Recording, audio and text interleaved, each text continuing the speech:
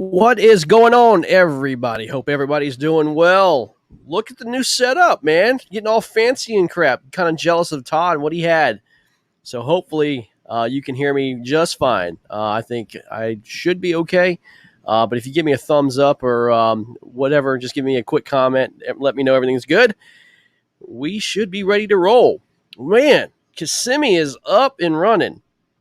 And it's been unbelievable today. We've seen quite a bit of stuff happen. With today's weather, man, it was blowing hard, and it was crazy. It was crazy. Man, some of these guys went on, on the water day, and I saw that Russ Snyder's flipped his kayak. Man, that's dangerous stuff out there, man. Just make sure that you guys can. Man, don't fish alone. Let people know that you're out there, man. And this is, kayaking is like, it's okay. It's just, you think you're okay, then all of a sudden, man, one thing happens, then boom, your life is literally in danger. So, but I'm glad that Russ is okay. He got back, man. Because I want to beat him fair and square this weekend. I want to beat him fair and square. So. But yeah, man, this is exciting. I'm so ready for the competition to start and getting ready for some live event fishing. And man, Kissimmee has been good. Came here on Tuesday and did pretty well, and went out there yesterday and caught some more fish. So the fish are biting, but I don't know how this cold weather is going to affect these fish with this cold front coming through. And man, it's going to be fun. And we're going to kind of break down Kissimmee a little bit, talk about some anglers. If you're an angler, you want to come on, let me know. There's if you look in the KFL site on Facebook, if you want to click that link, you want to come on and be on part of the show. That is fine. We'd love to have you on and talk about the fishing, what you're seeing, and all that good stuff without telling secrets and all that stuff. But guys, I have fished with some guys. And they're going to be hard to beat. They're going to be hard to beat this weekend. And one thing I love about these guys is just the variety of types of fishing that they're doing. Man, they're catching them on, in the grass, out of the grass, on drop-offs. I mean, we saw guys catching them on jerk baits. All sorts of stuff. The variety of fishing allowed here at Kissimmee this week is going to be on point. I mean, I've seen guys catching monsters on jackhammers, on jigs, spinner baits, drop shots. They're catching them. I mean, it's insanity. And punching rigs. I mean, whatever. I mean, whatever you decide to do. And whatever you're good at, man, you're going to be able to catch fish this weekend. I hope, as I said, how Florida bass are, they like to, get a little bit finicky when it comes to the cold weather. They don't have jackets or anything like you put on and do it. But, I've always heard this, no matter if it's a Florida bass or if it's a, if it's a northern bass or whatever, there's always a certain time of day that these bass have to eat. And I was talking to Doug Wilson, one of the Florida legends here, been able to fish with him this week. And he said, Greg, look, man, he goes, when you're bass fishing, he said, there's only 3 types of bites that a bass is going to bite, right? They are going to either bite because they're hungry, which you figure that bite window sometimes is only 2 hours a day. And luckily, if you can catch, your 5 in that 2-hour bite window because they're hungry, then great. He goes, otherwise, you've got basically, that's 33% chance of catching a bass when they're hungry. The other 66 or 66.99% chance is you've got to either do one of 2 things. You either have a defensive bite where they feel threatened and something either scares them or, they feel like they're attacked. Then you throw a bait at them and, they have a defensive nature to them, and they bite that bait because they feel like they're defending either a bed or they're defending themselves, or it's a reactionary thing. It's an immediate reaction. Like if you throw a punching rig through a mat, and those of you guys who've punched before, usually you get an immediate reaction. Boom! As soon as that thing hits the mat, they attack it. So I think here down in Kissimmee, it's going to be one of those two bites. It's going to be either defensive. You got to plunk them right on the head, or if you find them on the beds, or which I'll be honest with you, I've had a hard time finding beds. I just couldn't. I'm not finding them too well. Or you'll see them. Basically. Attacking it based on a reaction. So, guys that going out there, you're going to find them in the grass. Yeah, you might. Is this cold front going to pull them off, and they were making their beds or they were in their beds, and they're going to be out, pulled off. I mean, they're going to be back in staging, or they're going to be in deeper water. I mean, the guys that get on them are going to figure out that puzzle, guys, and it's going to be a puzzle. It really is going to be a puzzle. And it's going to be interesting. I'll be honest with you, I have not had much of a morning bite. My bites have come more in the afternoon time, or basically midday into when the water warms up. So let's see here. Yeah, video and sound quality is outstanding. That's awesome. That's awesome, man. I spent a fortune on this stuff, so we're cranking up our stuff here, man. That's being all professional here. So it's a lot of fun, but it's well worth the investment, and I cannot wait to basically give you some more content throughout the year. But again, Kissimmee, I'll be honest with you, I've never fished Kissimmee. I did go to Toho last year for like a half a day, and I hated it, and I got off it, and I decided not to fish Toho. But Kissimmee is very unique. I had the opportunity to fish Fellsmere and Kenansville and Tenor Rock here in Florida, but Kissimmee is its own beast. It's a series of chain lakes, connected by canals, and every lake that I've gone to, every one of them is completely different. So it has a little bit of unique features to all that. And you have to figure out these lakes. I mean, each lake is just so different. Whether you're fishing Jackson, or if you're fishing Hatchinahall, or if you're fishing, what is it? Toho and Kissimmee and Tiger and all these Cypress and all these other lakes. Every lake is completely different. So and again, it's just being at the right place at the right time. But I truly think they say that the Florida people have an advantage this week. The guys from Florida have an advantage this week. I'm here to tell you I don't think so. I don't know. I just don't think so. I think the guys that are used to these major climate changes in terms of, the cold fronts moving in and all that stuff, I don't think there's an advantage for anybody who's fished Florida, because I think the bite is going to be a little slower because of the colder weather's moving in. But I think the guys that are used to dramatic climate change and all that stuff, I think they have the advantage. I really, truly do. It's going to be cool. So, I don't know. I mean, who's my pick? I have no freaking clue, man. If I was to lay any money on anybody, and I hate to put the pressure on them, Doug Wilson is going to be hard to beat. And that's only because I fished with this guy, throughout the entire week. And every single day he's pulling out freaking, just hogs. So I don't mean to put the pressure on Doug, but, if he decides to fish this tournament this weekend, you better look out for a guy named Doug Wilson. He is legit. So, for me, pre-fishing was okay. I'm pretty confident going into the tournament, but you know how things go, man. You can't win the tournaments by pre-fishing days. So, if I have a day like I had on Tuesday, on Saturday, then it's going to be close. If I have a day like I had yesterday on Saturday, then I'm going to get completely blown out. It's just going to be interesting. Where were you guys fishing? Matt, I would tell you, but you didn't tell me where you were fishing at Guntersville, my friend. So I'm not going to tell you. So sorry, brother. Just not going to do that. I'm not even going to tell you the baits that we threw. So just the way I am. I know I'm a jerk like that, but I'll tell you after the tournament's over. So, but we'll see. What I'd like to know is where you're fishing. But anyway, oh my gosh, it's hilarious. Some great comments. Starling put down the phone here. That's good stuff. But anyway, guys, look, this is talking about the Kayak Fishing League. You can see, we did announce the schedule, And you'll see on the bottom of your screen, the week 1 matchups.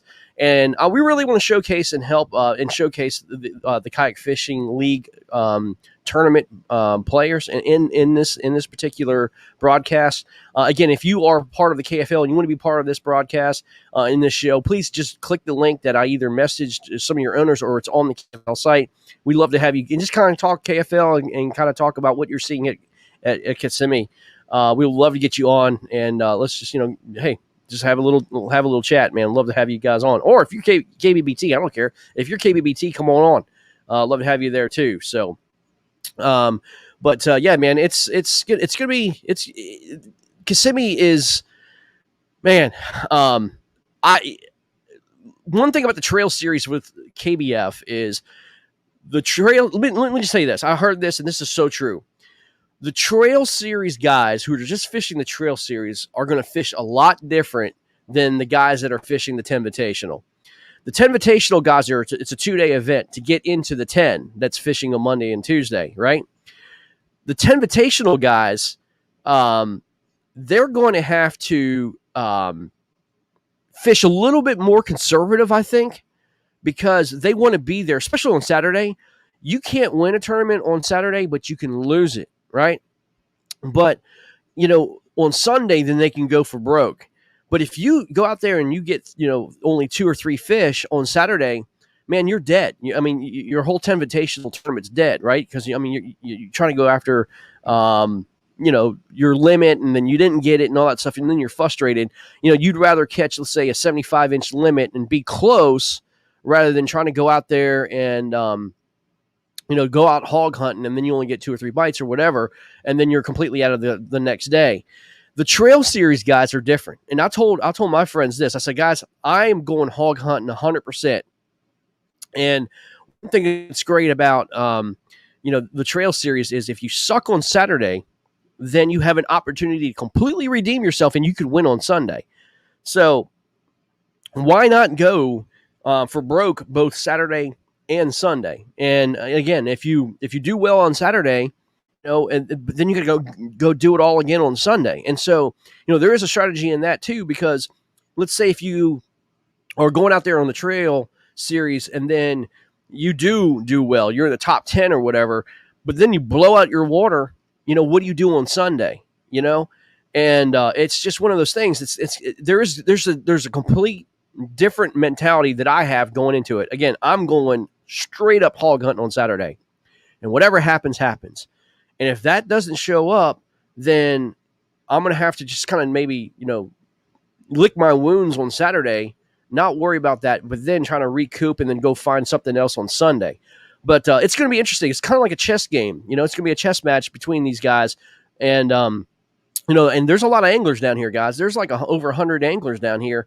And, well over 100 anglers. And again, they're going to be fishing 100 anglers on, over 100 anglers on Saturday, and then over 100 anglers on Sunday. And then you have the 10, the 10 going out there fishing. So, this is going to be a tough weekend, as it gets later during the week. A lot of these fish are going to be, seeing a lot of baits.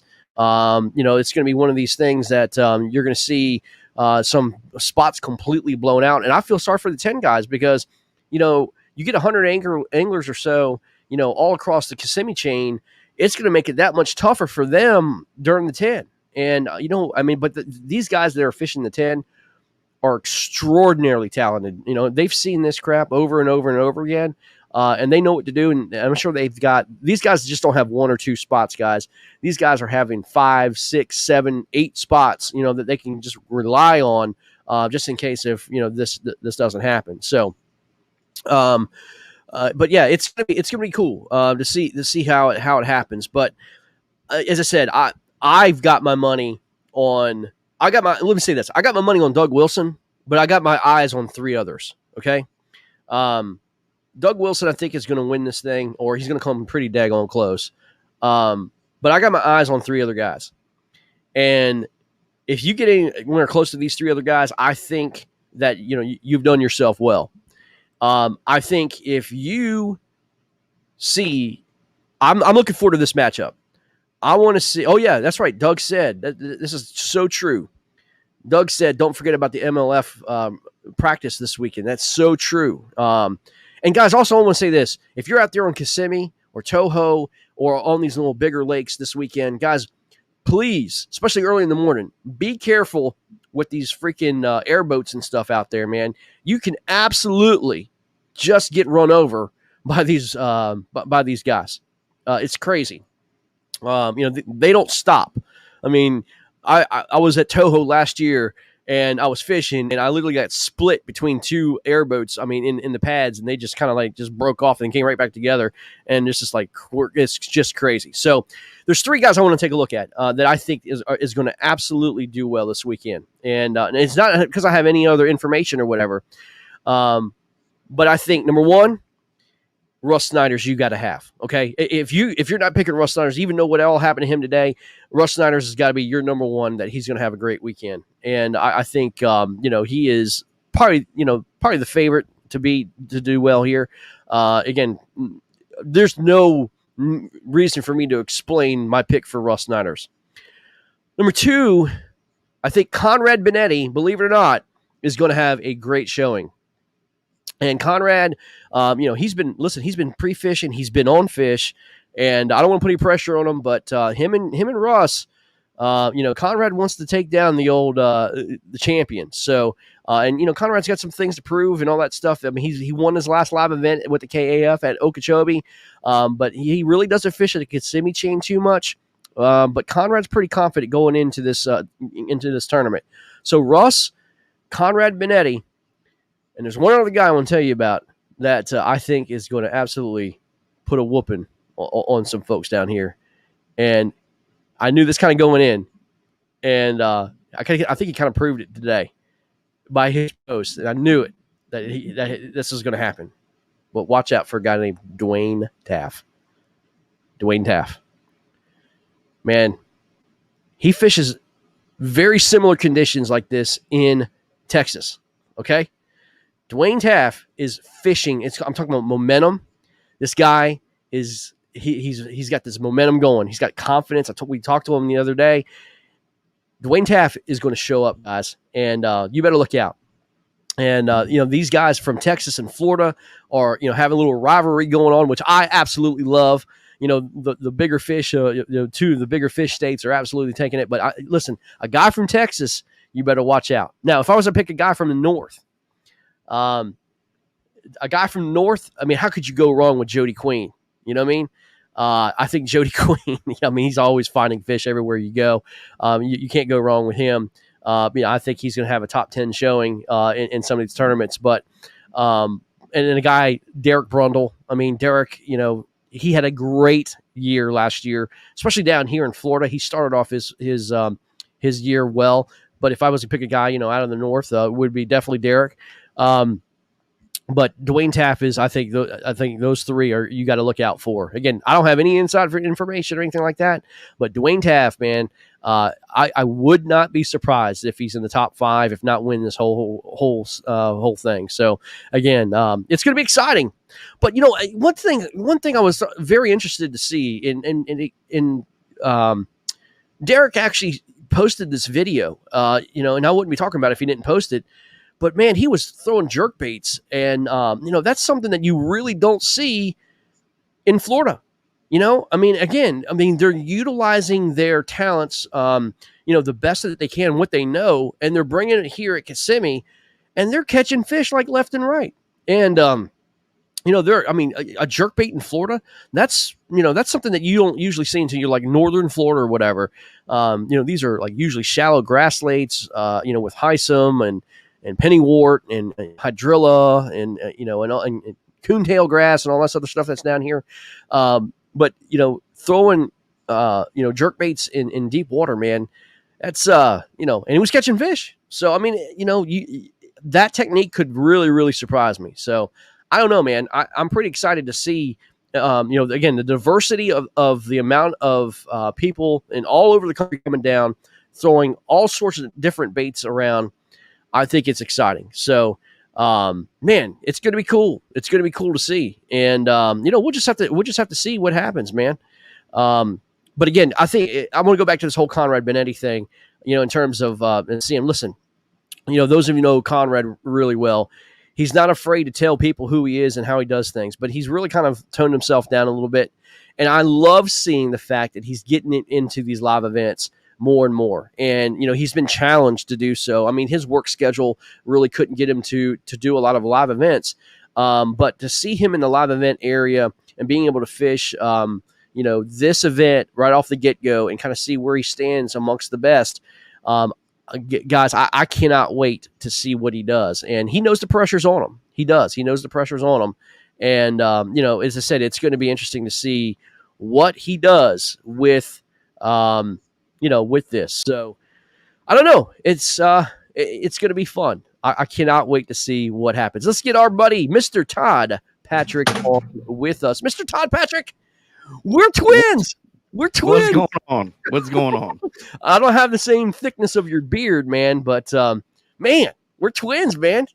Listen, Todd forced me to buy this whole microphone thing, and man, I love it. I feel like I'm official, man. You know what I mean? You feel like you made it in life? I made it, man. Nice. So Todd, listen, man, we're talking about Kissimmee. Let's get your thoughts. You were here last year, man. You had the opportunity to MC the whole 10 Invitational, and hopefully we're gonna have Chad Hoover on, by the way, here in a few minutes. We hope if everything works out and he gets all of his stuff in, he will be joining. Yeah, that'd be great. So, Todd, but yeah, I got to do the 10 Invitational last year, and I actually got to do the 10 house as well, which was a super treat. Can we talk about that, man? Let's talk about the experience and talk about the 10 Invitational. To get into the 10. I think it's a pretty cool concept, man. It's kind of like, your big brother or something like that, that you've got going on. But I love the concept. And, the guys are guaranteed money once they hit the 10. And then they go after some pretty big bucks, when they reach the 10, whoever wins the 10. But talk about the experience. You were inside the house, right? You were inside, you got to see kind of the camaraderie of the guys and share your experiences, what happened last year while you were in the house, and, talk about, what are they talking about, in preparation for this tournament? It's kind of like a laxed feel the first day in the 10 house. And then as pre-fishing ramps up and anglers are either on fish or off fish, you can kind of get vibes. It's very, the energy is very high in the house. But they got some cool things in there. I think last year they had a foosball table. We had a pool, some things like that. Chad puts these guys up in mansions. Literally. They're like, I think 14 master suites, and every angler gets their own walk-in bathroom, in their own bed and everything like that. And they just set them up right, man. And this is one of those things that KBF does that is different than others. And they hook these guys up for the year that they had prior. And they fight for the title of DZ the 10 champion. And it's really cool, man. So they're down there again this year. I think there's 76 anglers in the 10 Invitational, in the Kissimmee trail event. I'm not exactly sure how many anglers are in that at the moment, but we're going to get to see how this all shapes out this weekend. And KBF's big weekend. It is, man. I mean, it's kind of like the Daytona 500 for kayak fishing. It's kind of like this is the opening of our season, right? It's a big deal. And anybody had a chance to come down to Florida. I mean, you're stuck in cold weather. I mean, back where I'm home in DC right now, it's like 40 degrees. It's miserable. It's windy. I was talking with some folks today. It's windy here, but at least it's 50s or something like that. You're not bitterly cold. It's still cold, but it's not bitterly cold. But these guys that that do come down, they're coming down. I mean, I saw like Judy Richardson and all of them, John and all of them coming down from New Hampshire. I mean, that's a big deal. Getting out of that snow and ice and coming down here for that. Yeah, man, I think it's exciting to just. I mean, it's kind of like now the season starts for fishing, right? The 10 Invitational, the Trail Series. It's all in one. There's a lot of people down here. They got away. It's time to open the cork for 2021 and get the season going, man. Yeah, it is, and it's a great tradition that has been started here with KBF and kicking off the season, like you say, kind of like the Daytona 500 for NASCAR, and this is kind of like the big who's of kayak fishing are all here. I mean, people want to get the most premier championship that you can have. In my opinion, this does that. This gets that. Your angler of the year, it gets the rookie of the year. It gets all these different guys together, to fish. And man, we got guys like Derek Brundle, Matthew Conant, the national champion. Guys like I mean, Brad Case is down here fishing in the Invitational. Ken Wood. I mean, all these guys that didn't actually make it into the house, they're down here to get that other spot, and that's something really cool that KBF does as well with the Invitational winner. Yeah, absolutely. I mean, so let me ask you a question. What do you think? I mean, what style do you think is going to fit the best angler this come? I mean, what do you think? I mean, like you had the opportunity to have the experience from last year.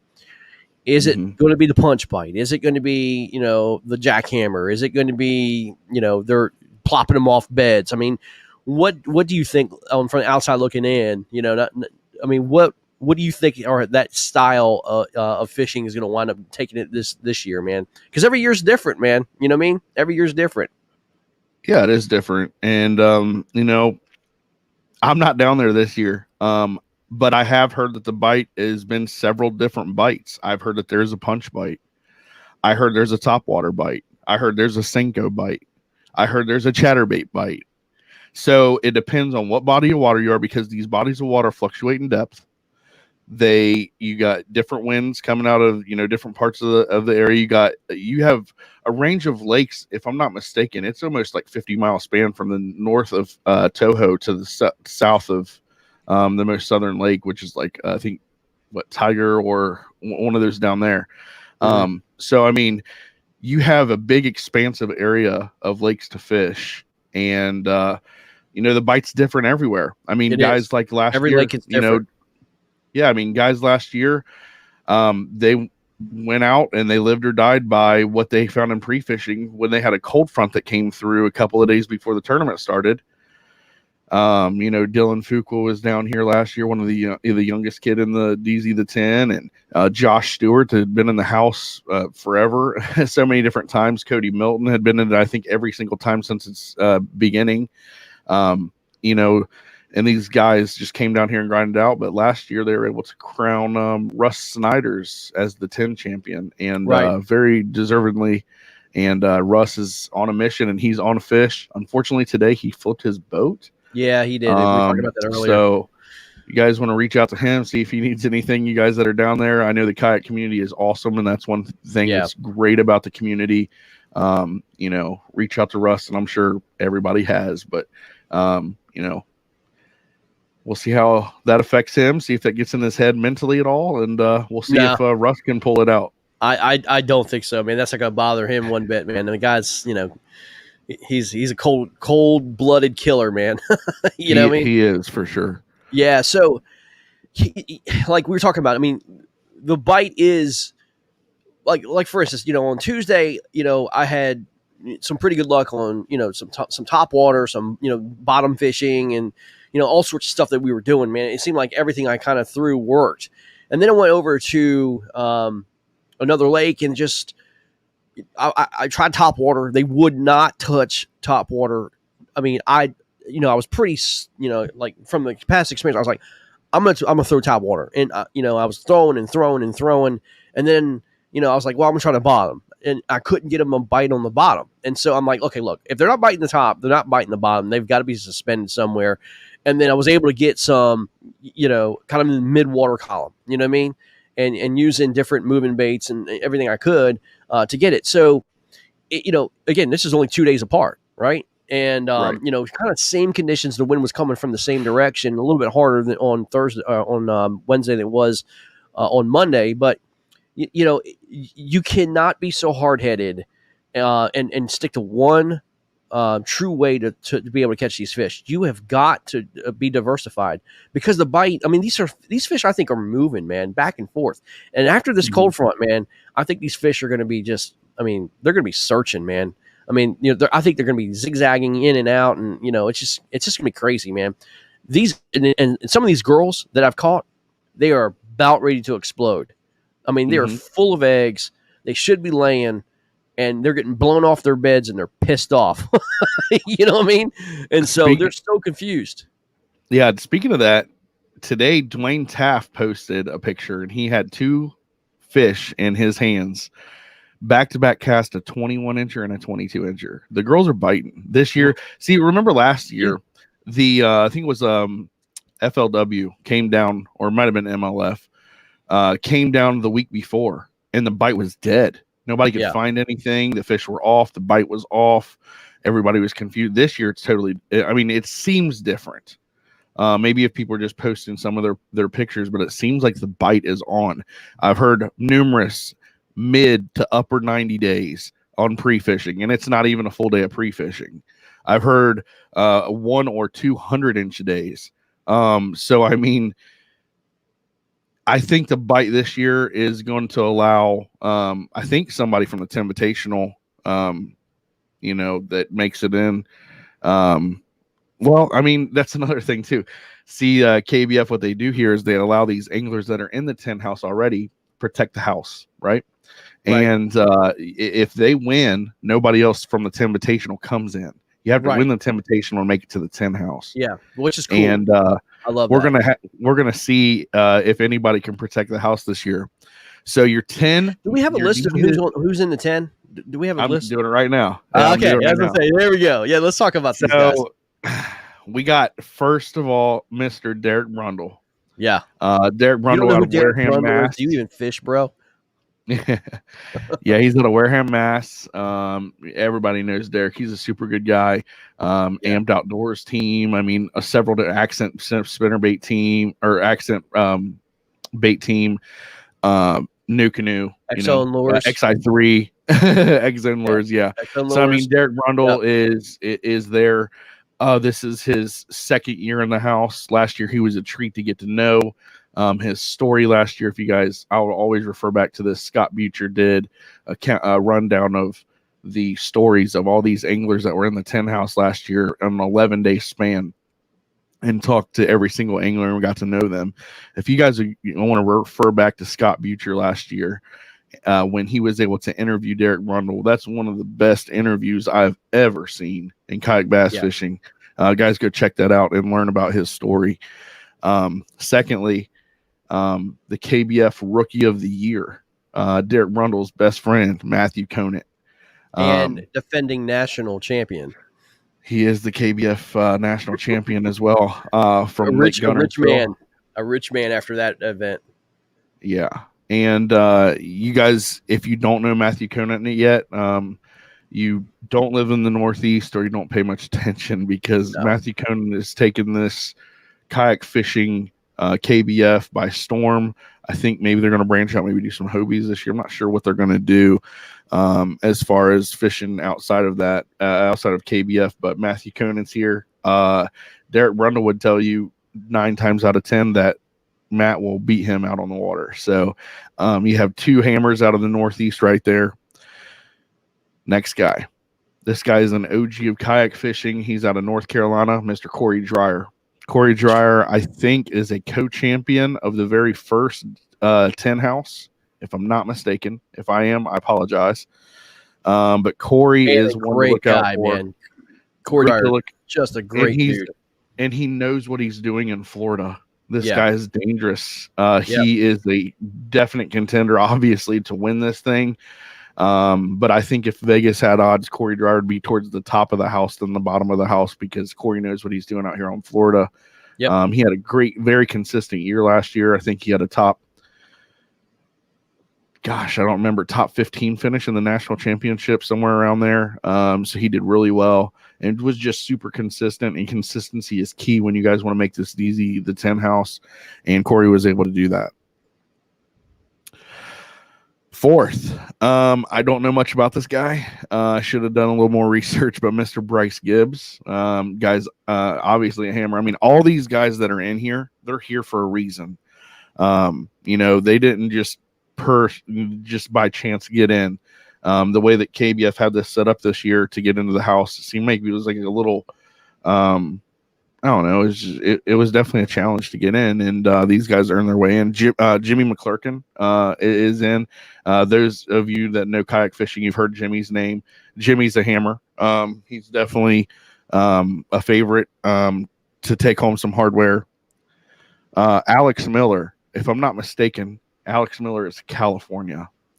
Dude's a hammer. Jeremy Mitchell's in. Adam Patrone out of Louisiana. Those of you in KFL or KFL, KBBT, we all know Adam. Yep. Definitely a great angler. And then these next two guys, I got a little talking I can do about them. Mr. Jody Queen. His year got overlooked last year because of somebody else. Russ. in my opinion, if it wasn't for the year that Russ Snyder's had last year, we would have equally been talking about how amazing Jody Queen's year went. It was Jody didn't dominate just kayak like KBF. He went in, I think, his very first Hobie event and won it. Yeah. And then finished like second in points. Yeah, he was top. Gregory. Yeah, top 2 or 3, I think, in AOY for Hobie BOS.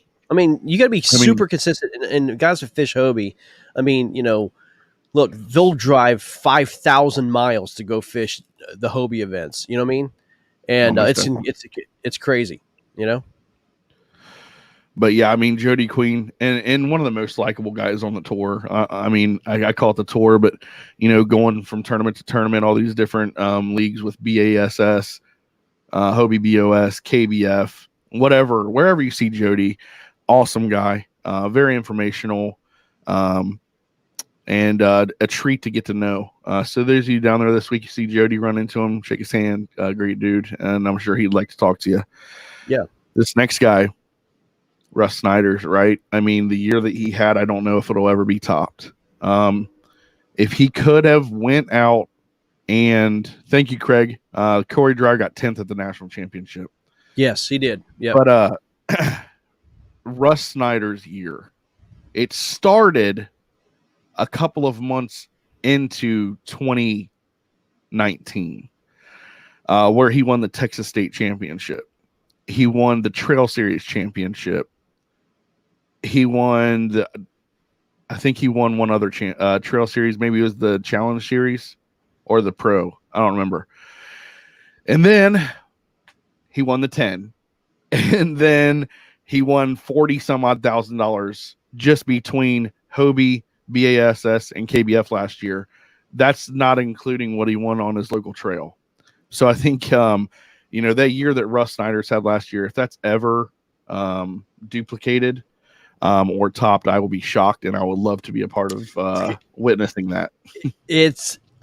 Darn near impossible. I mean, it was just one of those years, man, that everything he touched was magic. And I don't know, man. I don't think it'd ever be duplicated. You know what I mean? It's just once you're on, you're on. I mean, isn't that weird though, man? It's something I just can't explain. And I've talked to people about it. It's like, how? I mean, it's like you go from, it's not like you're fishing the same waters. You're going all across this country. And, I talked to Eric Siddiqui about it. I'm like, dude, what the heck is in the secret sauce, man? I mean, and it's not like he just throws one bait in one specific water at one area. He goes in all these different events and all across the nation and just freaking dominates. It's like, does he have like this electrode that he puts in the water and the fish come up? I mean, what the heck is going on? It's almost unfathomable to believe the kind of year he had. And and especially the competition that he had to go through to get that, to get to that level. And, but everybody I talk to about it says he's super focused. He comes to the lakes and he's super prepared, and he knows that he's going to get 5 big bites. And that's how he ticks. He's like one of the greater map studies, and he, like, when you get to the lake and, it's game day, how some people have that, that eye of the tiger, so to speak, what I mean? You just can't, nothing bothers him, and he's just locked in, what I mean? And Right. he just knows he's efficient. He doesn't waste time. He doesn't waste energy. He knows what he wants to do, where he wants to go. He knows where those fish are, and he just puts a hammer on them and just takes advantage of his opportunities. You know what I mean? Mhm. And there's been many tournaments that he said, I've had 5 bites all day. And now you got to go 5 for 5 and fish clean every single time. That is a Mhm. big deal. You know what I mean? Yeah, I mean, another thing that Russ does, if you guys have never seen his setup, go check out his truck. There's many times where Russ will go to a tournament and kind of just like soak it in. He doesn't let the smack talk get to him. He doesn't, Right. he'll definitely hang out in homes and things like that with guys, but he's, kind of like, just he keeps a clear head, Yep. and I think that's huge. You don't let a passerby thing where some guy's like, yeah, man, I was down by the bridge over here and I caught like a 20-incher. That doesn't tug on his mind when he's out there on the water, and because so many times, as buddies, you talk smack, you're like, yeah, man, I was killing him today. You didn't catch nothing on the water. There's Right. there's a psychological thing to this game. Yeah. This game is very mental. And if you can keep your head straight, like Russ did last year, magical things happen like they did. And like Nicholas Beltran said in the comments, time on the water. Oh yeah. TOW. Time Man. on the water It for always all wins. of these anglers. Yeah. For all It of always these wins. anglers, time on the water. Yep. So if you guys want to get into the DZ the 10 house for 2022, time on the water is key. And, you can always run into some fish and do your map studies and see what happens. But lastly, Mr. Anthony Winkleman. Anthony Winkleman is a first-time DZ the 10 house finalist, so he'll be out there as well. But guys, the names that we've mentioned. I think we missed one. Adam Patron. No, I said Patron. I said he was out of Louisiana. Okay. Remember? Okay. Yeah. Okay. Oh, sorry. Sorry, missed that. If you want to talk about Adam a little bit more, maybe you know him a little better than I do. But yeah, go ahead and talk about Anthony. Yeah. So Adam's out of Fort Polk, Louisiana. He's in the military. He's from North Carolina, and really quiet guy. But I had an opportunity to fish with him at Gunnersville, and he's one of those other guys. No frills, just gets the job done. And just one of the nicest guys you ever meet. And it's just one of those guys that just loves fishing and keeps his head down. But guys, I'm telling you, he was we met him through KBBT, and man, he's always putting up good fish. He knows where the fish are, and just just knows how to handle himself. He's an absolute great advocate for the kayak sport of kayak fishing. And I love Adam. I mean, I really do. I'm a big fan of his, and I love how he fishes, man. And it's that military background I guess he has. It's just efficient, clean, and just boom, boom, boom, boom. And it's not by mistake that these guys are catching fish. Okay, they're students of the game. They're very again, time on the water, and you got to have a passion for it. But yeah, I mean, he's another guy. In fact, I would say look out for Adam. Top 3 in the 10. I think he can do it. That's that would be really good for him. I saw yesterday on Facebook where he was headed down last night. So it looks like probably he was only going to get about 2 days of pre-fishing before the Tinvitational. But then you get your Tinvitational fishing, so you got 2 more days there. And then I think there's a day in between the Tinvitational and the 10, or am I wrong on that? I'm gonna check that, but we'll see how he does. Yeah, no kidding. Do you have any? Hey, we have somebody on deck that we want to get in and talk about awesome. His fishing. Mr. Robert Brown, the Norfolk Privateers. What up, man? Hey, what's man. Up, Rob? Thanks for coming on. What's up, Todd? How you guys doing? Doing all right. Good, man. Yeah, I'm just in here doing a little studying for man. next weekend. Another hammer here. I mean, another guy that we just absolutely love to talk to. Man, this guy knows how to talk some smack, online. And I love how he calls out people. He calls Conrad Benetti his nemesis, and just not afraid to lay the hammer down. Robert, man, look, you're down here in Florida. Then we're going to go up to. No, are you in Florida, or are you going to go to Seminole? No, I'm gonna do Seminole. I'm not doing the Kissimmee one. Okay, yeah, he's gonna go to Seminole. But man, Rob, you're from Tallahassee, is that right? That's correct. All right, That's man. correct. So let's talk about Florida fishing, man. I mean, what's the key you think, man, with Florida fishing? I mean, help some of these guys out that are coming from the north. I mean, honestly, man, Florida fishing is learning to fish that grass. Really, Florida fishing is fishing grass and fishing those pads, right? And big thing down there, especially in Kissimmee. I mean, if you can find you a good lipless crankbait area, find you a good grass with lipless. Dude, you can put them, you can catch them fast and furious on the lipless down there in the Kissimmee chain. Wow, I might have to do some pre-fishing tomorrow and figure that out. I might have to send you a couple pins, and I got a couple spots on Kissimmee. Hey, Robert, Matt Conant says you owe him some shoes and Derek. Oh, yeah. What do you call it? Shoe buckler or something? Shoe cobbler. When we come to Seminole, I'll give him some shoes. The shoe cobbler. I forgot about that until I just read it. That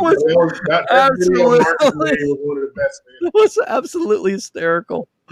Oh my gosh! But I mean, Conrad Benetti agrees with you on that lipless bite. Yeah. One thing I got tons of respect for Conrad. For everybody who says that he's just an online fisherman, stand by. He's going to show you. He's going to show you. This is just in the few conversations that we've had on Messenger, and you can just tell that the dude loves to fish and he knows how to fish. He knows how to catch it. He knows how to make the small adjustments that it takes to be a winner. Well, I can tell you, man, Conrad's taking this one for personally. I mean, he's coming out and he's going to come out firing. And again, he's been pre-fishing. He's putting in his time, guys, and he's going to come out and he's going to prove a point. And all I know is this: every time I've seen Conrad in a situation to where he's got something to prove, he performs 100%, man. And as I said, anything can happen on Saturday. I mean, who knows? It's going to be fun. It's going to be fun to watch. Yeah, it is. It's going to be a lot of fun to watch. Hey, Rob, what do you think about I made a comment earlier about how these guys are going to be fishing. There's going to be a difference between the 10 invitational guys that have to fish 2 days and the 2 fish count or 2 days count versus the trail guys. Now, you fish these KBF trail events where they're just 1 day, you know what I mean? And then, it's like, you have Saturday and then all scores go to 0, and then you're fishing again on Sunday. Mm-hmm. Don't you feel that the guys who are in the 10 invitational trying to make it to the 10, they're not going to just – I mean, you want to catch big fish, but you also don't want to put yourself in a situation to where, you're just hog hunting when you got to catch a limit. You know what I mean? You have to catch a limit, So there's going to be 2 different mentalities going on this weekend. What do you think about that? I think when you want to look at it from the professional standpoint, think about it as in guys fishing the classic and then guys just fishing the series, trying to get the points so that they can make it to the true. Like it's the same exact thing. The guys fishing the trail events is their classic both days, right? Yeah. They can go out there and swing for the fence. They're trying to win. The guys I feel like who are trying to get into the 10 or trying to get to that spot, they're trying to put themselves in a position to make it there. So they want to catch some big fish, but they don't want to burn their areas. So that if they do make it in, they got to find something all new the next the next weekend? Yeah. No, for the 10? Yeah. Yeah, the 10 is actually, it starts Tuesday. Oh, yeah. The next weekend. Okay. Yeah, it's a 1 day. It's a 1 day chill out period. Oh man, that's gonna see. So last year, a big thing I learned was fish management especially at the not the classic, but the national championship. 3 days of fishing, you have to manage your areas. And you do. Oh yeah. And you're talking about those guys who are fishing the trail and then they're gonna fish the 10. Yeah. I don't want to be. And how many people are down there? Oh, there's over 100. I mean, there's easily over 100 kayakers. There's 122 anglers in the Saturday trail event. There's 76 or 79 in the Invitational. Now, a lot of those guys are fishing both, double dipping that pot. Right. Mm-hmm. Yeah, man, it's gonna be a lot of fishing pressure. So, like, that's the great parts of bass fishing, right? Like, all the things, the variables you have to weigh. You know, it's just great. But it's definitely got to be two different trains of thoughts, Greg. I agree with you, man. Like, you can't be out there swinging for the fence. No, I mean, go into that. I mean, because, we fished the national championship, man, down in Guntersville. I mean, and you're right. I mean, going in this weekend, I mean, how many spots do you think these guys have to have confidence in? I mean, it can't be just one. You can't just blow out your spot. No. And if everything just goes to crap, I mean, you've got to have. I mean, what's your minimum? I would say the minimum is at least three good solid spots. I agree. Here's the challenge with the Kissimmee, though. I love Kissimmee. Okay, again, I've only been down here for a couple of days in terms of fishing Kissimmee. I have never fished the chain. I usually stick to a Fellsmere, Kenansville, or something like that. But one thing about the Kissimmee chain is this. If your spot doesn't work, the Kissimmee chain's like 2.5 hours from tip to tip. I mean, it's a long drive. You know what I mean? And it's completely different. It is. And there's a lot of situations to where if the wind is blowing a certain way, like we had a situation today, there were several ramps that were just blocked because of the hyson grass. The wind was blowing and there was blocking these. Those moving mats. What are you going to do? Yeah. I mean, what are you going to do? That's the kind of adversity that you have to expect, when you fish these lakes in Florida, because sometimes, like, either if you're fishing headwaters, if you're fishing, Kenansville, you can't launch because of the wind. I've been down there and had a couple times where, the route I took to get to my spot fishing, I fish all day and I'm headed back, and that route's completely changed because the wind's blown and closed up the route to get there. So finding new routes to get back to where I launched at. Yeah. No, I agree, man. As I said, I mean, so that, as much as you would love to fish that area, man, you just gotta, you gotta be flexible. You know what I mean? And I think that's something that those elite guys, like you guys were just talking about, the Jody Queens, the Derek Brunos, the Matthew Connors, that's all that goes into their game plan. Right. They're thinking about what that wind direction is, right? They're thinking about what that barometer is doing for the day. They're thinking about where they're at in the moon phase, all that stuff. They're thinking about all that great stuff, and they're thinking about, like, hey, later on in the afternoon, that wind's going to shift. This is going to blow this area out, or whatever the case may be. Yeah. One thing that I was surprised of, and again, I'm not giving away any secrets here. I think some of these guys would know this, but I was surprised yesterday of being able to catch fish in completely open water. You know what I mean? Yeah. Mm-hmm. I mean, open water. I mean, I'm talking about in the middle of the friggin' lake. You know what I mean? I was shocked.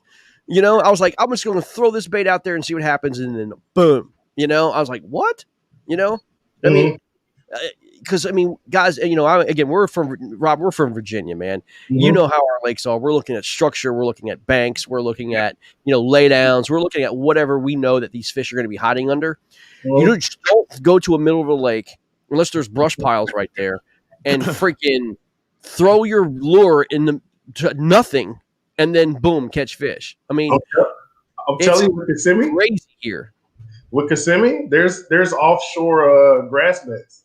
And yes. You throw those lipless down there, ripping that lipless out of those grass beds, you get on some good bites. In the middle of the lake, look like there's nothing around. I'm like, I literally, I was fishing with Danny again, and I'm like, Danny, how is this possible? I mean, literally, I just casted it, but it's the old Rick Klung type theory. 2,000 random casts a day. You know what I mean? And all you need is 5 to bite. That's it.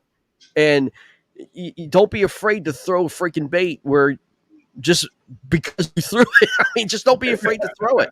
You know what I mean? It's crazy because if they're not there where you're throwing it, they must be over there. You know what I mean? Or somewhere. It's crazy. Exactly. That's what I like about Florida, man. It's just so cool, man. You never know, number one, what you're going to catch and where you're going to catch it. Very true. Very strange. And every cast could be that fish of a lifetime. Yeah. Oh, yeah. Trust me, I know. Trust or me. Or it could be an alligator. Yeah. Oh my gosh, I had a 14-footer come up on me at Tenorock, and it wanted to say hello, and I had none of that, man. It was crazy. It was nuts. Those. I mean, look, I have a lot of friends that basically want to hang out and stuff, and all they want to ask about is these alligators. Like 90% of the time, these alligators are not going to bother you, man. You just fish around them, and look, they're curious animals. They give you the red eye and all that stuff, and then they kind of bull up and they want you to see how big they are. But at the end of the day, they're not going to bother you, man. Just fish. You know what I mean? Just freaking fish. Yeah, it's a wise tale. Well, Robert, what's so you're going to Seminole, man. You had some really good luck at Seminole last year, man. Had a great performance, top 10. I think you finished 7th. Is that right? Yeah, it was 7th. Yeah, 7th. This year is going to be a little bit different. How the lakes change and stuff like that, man. Mm-hmm. We have an all-star cast at Hobie next year or this year. It's one of those things you got to start off well, to have a chance to be in the top 30, going to tournament champions, So, you've got your feet wet a little bit in Seminole. I think you kind of grew up near Seminole. Give us a preview of it, man. What do you think is going to happen? I think a lot of people are going to be surprised this year from the difference between last year and this year. I mean, if you look at the trend that the weather's had over the last 3 weeks, right? And those fish are going to be up, and they're going to be moving. They're going to be looking for areas. It's going to be a jackhammer spinnerbait bite. Really? Wow. That's what I think. You won't see the jig will be on my yak, but I probably won't be throwing it very much until I find the beds. And I'm worried that it's going to be a bed fishing tournament. I'm legit worried about that because I don't like fishing beds. Me neither, man. I'm not a bed. I hate it. You know what I mean? I mean, again, I've said this before, and people are like, "You're so stupid," but I don't like ripping fish off beds, man. I'm just not a fan of that. You know what I mean? But that's what the pros do, man. They go out and chase that spawn. I mean, it's like, honestly, look, I caught a 7-pounder and a 6-pounder, on Tuesday. And I was stoked. Trust me, I was screaming my head off. I was freaking happy. But I kind of felt bad. I kind of felt bad for those females because I was like, I know you're ready to pop, girl. You know what I mean? But you caught them off the bed? No. Oh, okay. No, I mean, they were staging. Okay. Yeah, they were staging. But they were pissed off because, that bait was around them. You know what I mean? Because, they attacked it hard, man. They didn't slurp it. They freaking killed it. I caught a 7 that same day. I didn't want to take your thunder when you were. Nah, man. Dude, I saw that slab. Are you kidding me? You caught it in Virginia. That's the difference. Yeah, 40 to 45 degree water. I was like the only fish I caught that day, but whatever. Well, man, we're looking forward. Listen, Bobby's already Bobby, who's on the team. He's licking his chops, ready to get up there and face you guys at Smith. I think we're Smith Reservoir, right? I think the first one. I think we're coming to you. I think when we play. No, for the preseason game. Oh no, we're doing it at Sandy. Sandy. That's right, Sandy Reservoir. That's right. Yeah. Sandy Reservoir. Yeah. I'm drooling. I never fished. I'm stoked, man. I'm telling you, you're gonna owe me a big old box of cigars. I'm gonna smoke it right in your face. I'm gonna bring the cigars. I can tell you that.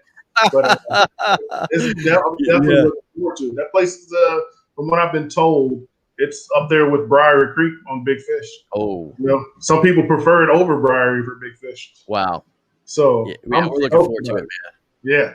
Yeah. And then Bobby's going to be there? Is he going to be there? Bobby's going to be there, man. We're going to have our 4. We're going to come down. No. Bobby's going to be here, okay.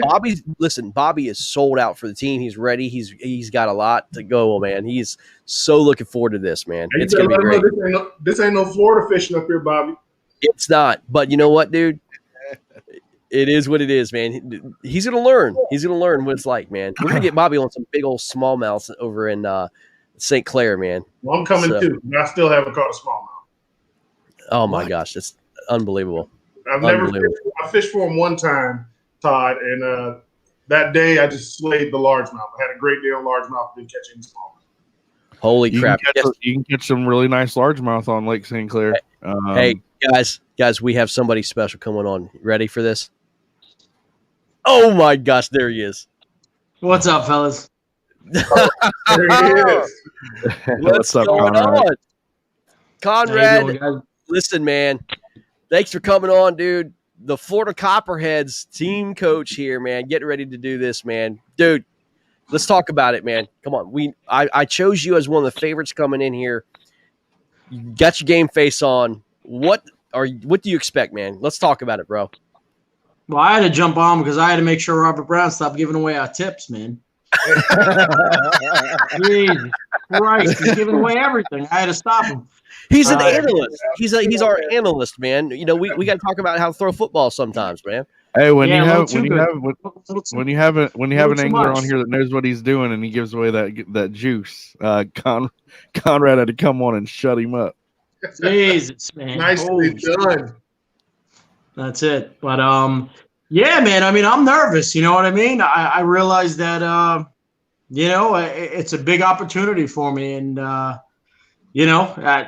it could go a lot of ways with the way the weather is played out, and it's a lot of bodies of water, man. You know? Yeah, it's a lot of bodies of water. A lot. Definitely a lot, man.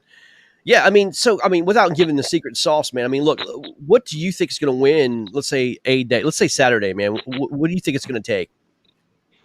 I would say minimum, I'd say probably someone's going to do around probably high 90s, 97, 98. Ooh. Wouldn't be shocked if someone broke 100. That's so much better than last year's bite. That's so much better than last year's bite. Well, what happened last year is down here, we didn't have much cold fronts. We didn't have many cold fronts hit us last year, so the spawn it was a very weak spawn last year. Right. This year, the spawn, the big females they're on the move, man. Chomping, man. I've been watching. Yeah, they're on the move this year. Been setting up perfect for it. Yeah, for sure. Now these cold fronts that we're going to get hit with, today, tonight, and tomorrow, that's going to change the game for the weekend, but. Whoever could piece the puzzle together, man, is gonna that'll be the guy to do it. Obviously, you know. Yeah, no doubt, man. Yeah, I mean it's going to be tough, man. I mean, it really is. It's one of those situations. Like look, I'm not a Florida fisherman. You know, I'm not a Florida expert by any means, but just kind of a little intel that I got in terms of being able to go time on the water here. It's going to be okay. The fish are definitely going to be moved. And the question is, how far? You know what I mean? They're definitely going to be one of two ways. It's going to be either they go really deep or they're staging again or they get right back on the beds, man. And again, like you're talking about, it's going to be who is going to put that puzzle piece together and where they're going to be, man. I mean, who knows, come Saturday, Yeah, and like you guys been saying, the guys in the Invitational, it's a Saturday, Sunday thing. So you have to you got to survive Saturday. If you crap out Saturday, Sunday, it's over for you. So you're in the Invitational, correct, Conrad? Yeah, I'm in all three. I'm in the two trails and the Invitational. So I got to ask you a question. If you win the Invitational and you get to the 10, man, what the heck is that going to mean to you? Oh man, that'd be unbelievable, man. Just to hang out with those guys and just talk about the fishing and stuff. Like I said, that's the cream of the crop of kayak bass fishing. Most of those guys involved. So that'd be cool, man. That'd be cool. You know that would be, and you'll be able to hear what it means to old Benetti here. Yeah, that's it. That would be instant. That would be instant pats on the back from all your naysayers. Instant. Everything changes in one weekend. Boom, it's over. Yeah, but they're gonna say you need to get out of Florida. They always that's it. It'll be you're still in Florida, so it don't count, But that's all right. Then that'll push me to go even farther. I love that, man. That'll push me to jump on a plane if I have to and borrow some rods and do what I got to do, man. You know what I mean? Oh, yeah. No doubt. Well, you start winning tournaments like these down here this weekend. It's going to pay really well. Both trail events are going to pay well. The Invitational is going to do what it does, and then if you in the 10 house, that's 10K. I mean, we'll start your year off like that. Ask Russ Snyder's what it did for him last year, right? Took a lot of stress off of him, and I think that's key too. When you get that money in the bank and that stress is off your back, you ain't got to worry about making that payment or paying for that next tournament, and you can go out there and just relax. I bet you that was key for him as well. But you said you think high 90s, like 96, higher. Yeah, I mean, I think you got to be in that area to have a chance to win. Last year, day one, there was only 7 guys over 80 inches. Ooh. Yeah, like last year. Alan Sweat last year, 86 inches, and the rest of the guys, 81.75, 81.75, 81.25, 81, and 80 and a quarter. Those are the only bags on first day at the Invitational that were over. And then on day two, 86 and a half. Wow. We didn't have a bag 87 or higher. What's up? Mark my words. You're probably going to need 91 or better to be in the top 10. I agree with that. Yeah. Yeah. What we're seeing, I agree. The early cold fronts in Florida, it really triggers the big females, and that's what happened. Last year, that never really happened. I think we had a week of cold weather in Florida last year. The spawn was off. For me, it was off. I mean, I normally crack some giants in the spawning, and last year it just didn't happen. This year, first night of the cold front? What's that? Is today the first day of the cold front, or is it coming through Friday? When is it coming through? Of this cold front. Yeah. Tonight it's going to be in the 40s. Tonight in the 40s, and then tomorrow night in the 40s before we go into Saturday's event. We'll be fishing in 42-degree weather when we start out the morning. Yeah, it's going to be cold. I think this is the true first night of the full moon. I think this is the first night. Tonight is the full moon, and that's how it was last year too. Like how Chad sets that up. Actually, I think the full moon started the first day of the 10 last year. Mm-hmm. 42 degrees sounds about right for what they were kicking off last year at the beginning. So, but the bite, it just seems like it just seems better. All the reports coming back from all the anglers, it just seems like people are just on these fish. Yeah, this year. Conrad, are you seeing a pretty consistent bite during the whole day, or are you seeing these little bite windows throughout the day? Once you find them, it seems like the bite is on. It's just finding them consistently in the same areas. They're moving so much. For me, anyway, I've had them. I agree, man. I've had areas. I went over 100 in 2 pre-fishes, and then went back to those areas, and I didn't emulate the same sort of pattern at all. So it's the guy that could piece that puzzle, like I said, consistently for 2 days and find those fish. It's going to be, now this cold front, where are they moving? Are they going to tuck in and get into the slop? Are they going to head out? Are they going to stay on the spawning beds and ride it out? I don't know. So how many spots do you have that you have in your repertoire? I mean, if spotty doesn't work, I mean, how many of these little spots do you have? I got a few. I mean, like I said, I don't fish Kissimmee a lot, the Kissimmee chain, but it's not hard to figure out those lakes. They're very good lakes. It's a lot of water to cover, but you can narrow it down. I got some areas if need be. The problem is the check-in at 4:00 up in. We got to go check in Orlando out there. Outside of Orlando, 6 o'clock. So 6 o'clock. Is it 6? I heard it was 4:00. We had to be there. 6. Oh, all right. That's a game change. Yeah. Okay. I'm not worried about that then. I heard it was 4:00. 4 o'clock is the end of pre-fishing. All right. So we have to be checked in by 6.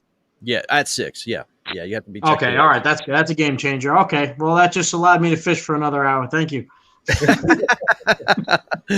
Yeah. So Conrad, you've been out pre-fishing. You're kind of close to the area. You're within a couple of hours. Yep. Alan Sweat that won it last year is down from I think Palm Coast, which is down not too far from Stewart. Yep. And West Palm Beach. Yeah, Palm Beach. And man, I mean, do you go out and you eliminate bodies of water based off of your map study? Like, I'm not even going to go there. Or have you just dipped your toe in the water at all these places? Like, what helped you eliminate water this year for this tournament? There's so many things, man, that go through your head. I mean, you try to cover everything. You go through everything. MLF has pre-fishing going on, so you got to account for extra bass boats that are going to be hitting the normal areas. You got all these extra guys down out of kayaks. It's a lot. The conditions is so much that goes into it, man. Into your, and it should be. Everything should be going through your head, so nothing is catches you off guard or gives you a surprise. You know what I mean? Yeah. So a lot goes through my mind when I'm trying to figure things out. So, how does Florida Fish react around pressure? You know what I mean?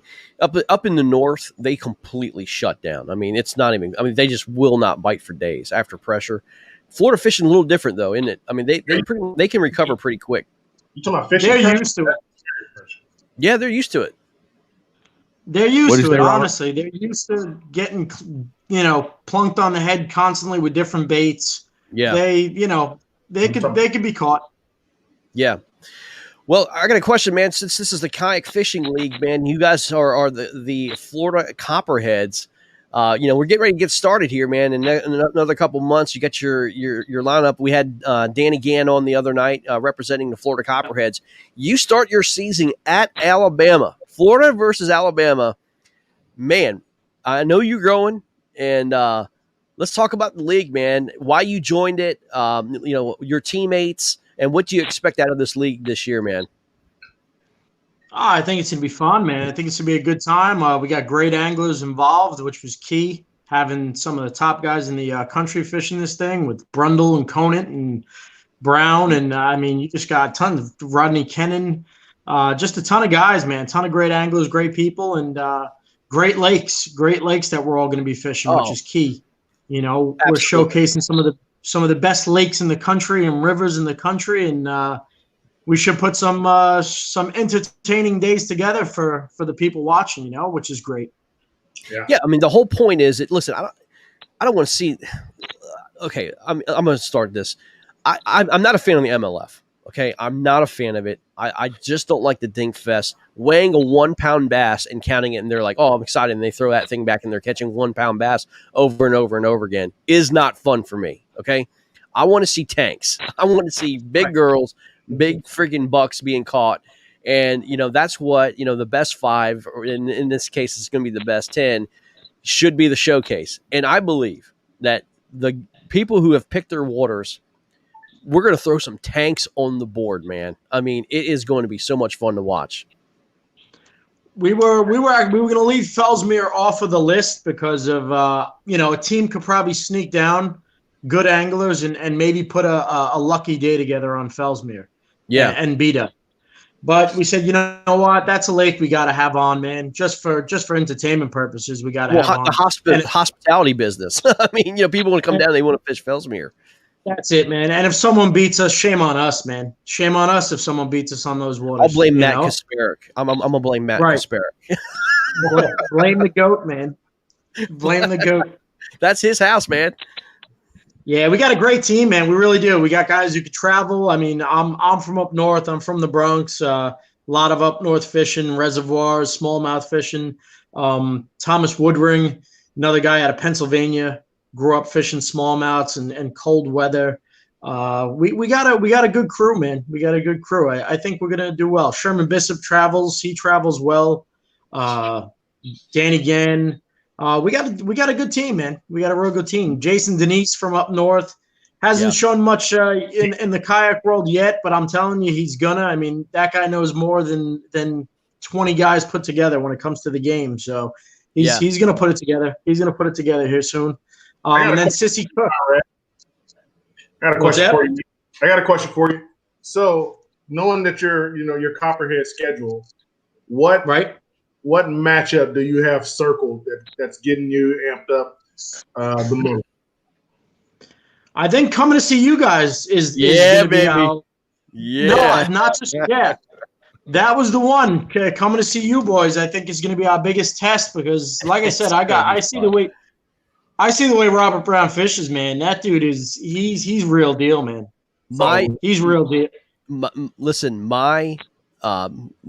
looking ahead on this, I think that matchup is going to determine who's going to go to the playoffs or not. It's I believe so, matchup. honestly. Robert, we're already in. It could come down to that matchup. It definitely that matchup definitely it's got me a little shook right now. So we'll see. We'll see. That we're Greg, having a team meeting tomorrow, and one of the things we're going to discuss is the body of water. We're going to put that matchup on. I wanted to be one of our three that has the best possible potential of putting us close to 180, 190 inches for. That'd be awesome. There you go. There you go. I'm watching old Robert Brown videos so I can see backgrounds and tree lines. You know, so I'm trying to piece things together, man. Hey, hold on, Todd. You had something to say? I had a couple things to say. I've been compiling some things, but you know, I mean, man, this league obviously is going to be great. But Greg, why don't you go ahead and let everybody know that's watching that maybe is new to this KFL? How many teams we got? How many teams make it to the playoffs? And how does that shake down? Yeah, so the KFL is very familiar with any kind of, American sports league. It's structured just like that. We have 17 teams across the nation, and the way it's broken down to, instead of doing divisions, I decided to do conferences. So you have a North Conference and a South Conference, and there's basically eight in one conference, and there's 9 in the other conference. And the way it's going to work is you're going to have 6 teams make it to the playoffs. That's 3 from the North and 3 from the South. The winners of each conference is going to have a bye week in the playoffs. And then they also basically locked up home field advantage or home water advantage throughout the playoffs. And so it works just like the NFL playoffs. You'll have a wild card weekend where 2 teams are going to be facing each other. There's going to be 4 matchups. There's going to be 2 out of the North. 2 out of the North and 2 out of the South, and then you'll have a conference championship the next week. At the so the winner of the wild card weekend will go to the winner of the conference and face them for the chance to go to the championship. And the championship is going to be held on a neutral body of water, like the Super Bowl. And it's just the winner's going to win a lot of money, for their team. And, there's going to be only 4 teams that get paid out of the league. So it's going to be the winner of the wild card games. Whoever basically is in the championship is guaranteed to have payouts for the league. And so what I'm excited about, guys, I know it's the small stuff, but man, I'm the jerseys that you guys are starting to develop, man. It's just getting to be excited. I mean, the numbers, the names, the sponsors, the state flag and the American flag. I mean, your jerseys look sick, and they're going to be able to sell jerseys, and once they get the jerseys made, they can replicate them and honestly go to a Bass Pro Shop and basically put out jerseys there and just give them to kids and sign them, and that's the whole point, guys, is developing T-shirts, their paraphernalia, and just like your jerseys, and just building the sport and creating fans, and basically making hats or whatever that you can do to help promote the league and yourselves, man. And again, I mean, a kid you see down at the Bass Pro or wherever you guys decide to do your events, man, hand that stuff out, man. Again, build your fan base, grow your social media, whatever it takes. It's gonna be cool. Yeah, it's definitely going to be neat, and we got 2 hammers right here that are heads of their teams, and it's going to be definitely fun. So, we got this at the bottom of the stream here. We have week 1 schedule out. So, you got the Bandits at the Hogs, Rebels at the Maulers, Ambassadors, Warhawks, Knights at the Anglers, Copperheads at the Hammers, and the Casters at the Lunkers. The Attack versus the Bronzebacks too, but Hurricanes, they're going to be at the Rough Riders. So guys, all but one team are playing week 1. Norfolk, it was the unfortunate one to have a bye week in the first week. But then when we get to week Sucks. 2, is there 3, 4, or 5 bye? There's 4 or 5 3 teams I think are on bye. Yeah, yep. And that's going to be through the schedule mainly that way. Yeah.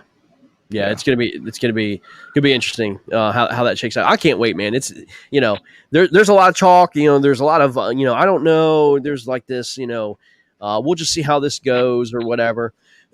Guys, I'm telling you, I'm excited for it. It's just something that we decided to put together and just go for it, man. So I can't thank the teams enough that we're able to get together. I mean, a lot of these teams are fully sponsored. And, they're ready to go, man. I mean, I had a team, basically, I think it was in North Carolina. Within a day, they had their sponsors, their team, their logo, everything ready to go within a day. It was so impressive, man. They wanted to be part of this league, man. So it's cool. I'm excited for this inaugural season, man. I mean, the part that gets me most excited is, one, the talent of the guys, the people who came over from KBBT and everyone else to form these KFL, what we are now, the Conrad Benettis, the Rodney Kennons, who's the smallmouth king guy? What's his name? Jeremy Baker.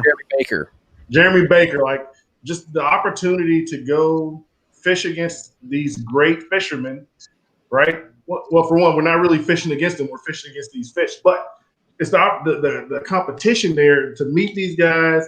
It's not going to be any animosity. It's going to be all, just, hey, we're going to bring it tomorrow, but hey, let's go have a cigar. Let's go smoke some meat. Absolutely.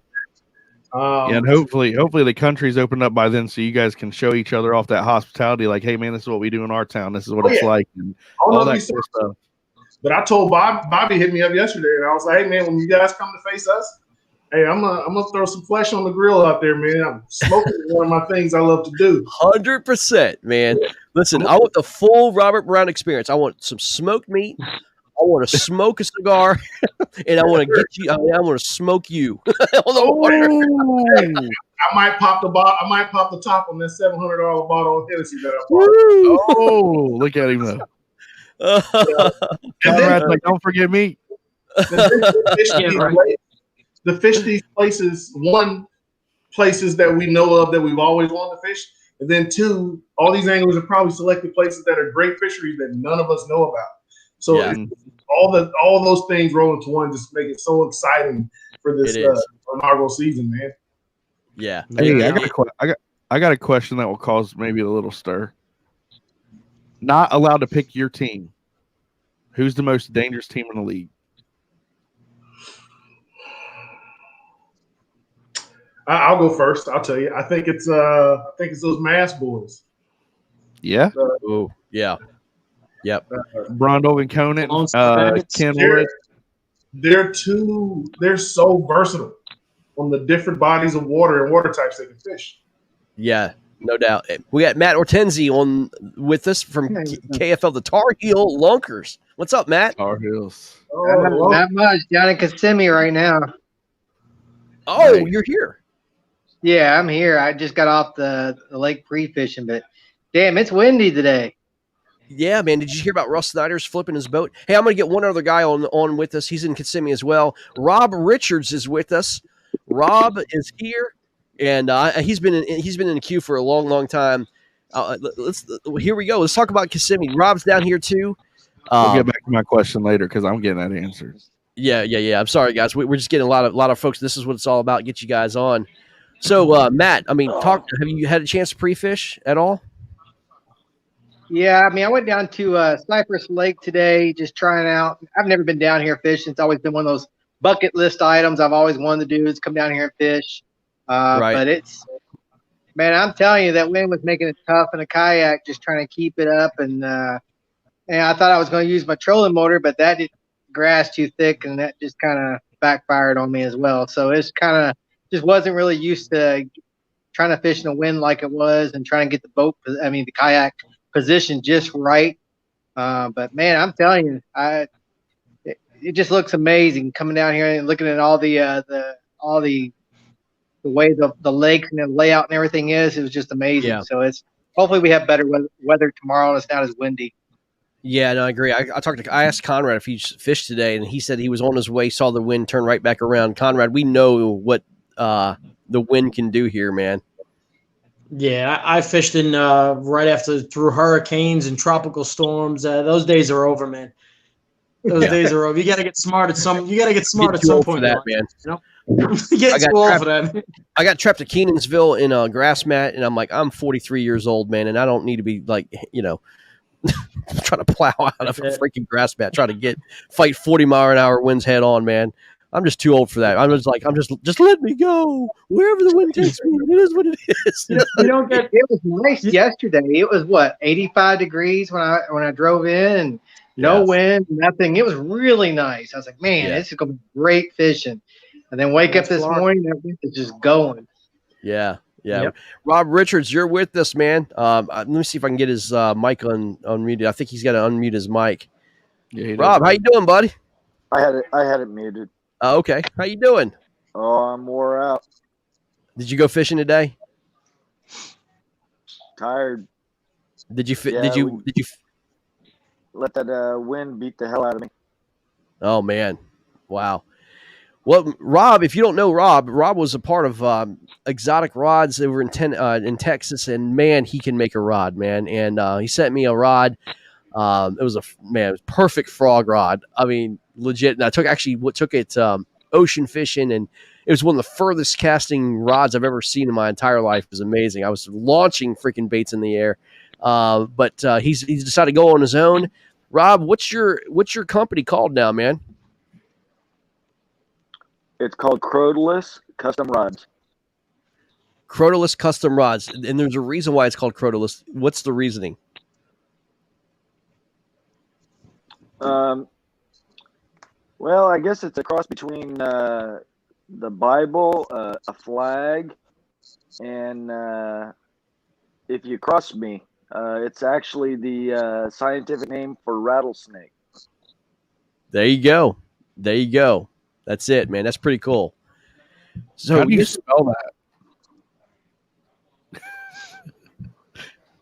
How do you spell that, Rob? So we could look it up or find you or whatever. Well, it's Crotalus. Okay. Crotalus. Nice. Yeah, my original design that my daughter made for me is kind of morphed. Jeff Isham kind of put a little pizzazz on it for me. So the current logo, how it is now, is a kind of a merge between what my daughter designed and Isham put together for me. I am an official LLC, so I am a registered business with have a EIN number, and I am registered in the state of Texas. I have secured all of my vendors. I have parts and stuff coming in right now. My official, as far as the tax man's concerned, it will be 1 February. So this is the first time it's been announced publicly is right now. That's awesome. Nice. Breaking news. Yeah. It's breaking news, man. Listen, I'm a big fan of Rob's, man. And, as I said, the quality and the fact that, listen, I'm all about, the quality of a rod and everything else. But, man, he'll call you. He wants your feedback. He wants to know how he's doing better, how he could do better. He cares about his customers. Man, I'm following Rob wherever he goes in terms of rods, man. I'm a big fan of it. I'm sure, look, pre-orders are being made. Give this guy your business, man, because he can make one hell of a rod. Hey, Rob, I'm in the market for a crankbait rod that I can sling those deep divers on. Me too. Crankbait rod for what? For the big crankbaits, the ones that go 20 plus feet. Oh, I just gave one to Bobby Moore, and I had him buy it from my old company, but I got you covered. I got one that'll throw up to a 3-ounce crankbait, so you could throw 10 XDs all day. Jesus. I know that's a lie because Bobby Moore can't throw anything else but a jackhammer. Well, he told me I hope he's watching. He told me he was going to punch with that rod I gave him. It's a hybrid glass rod. I hope he doesn't punch with it.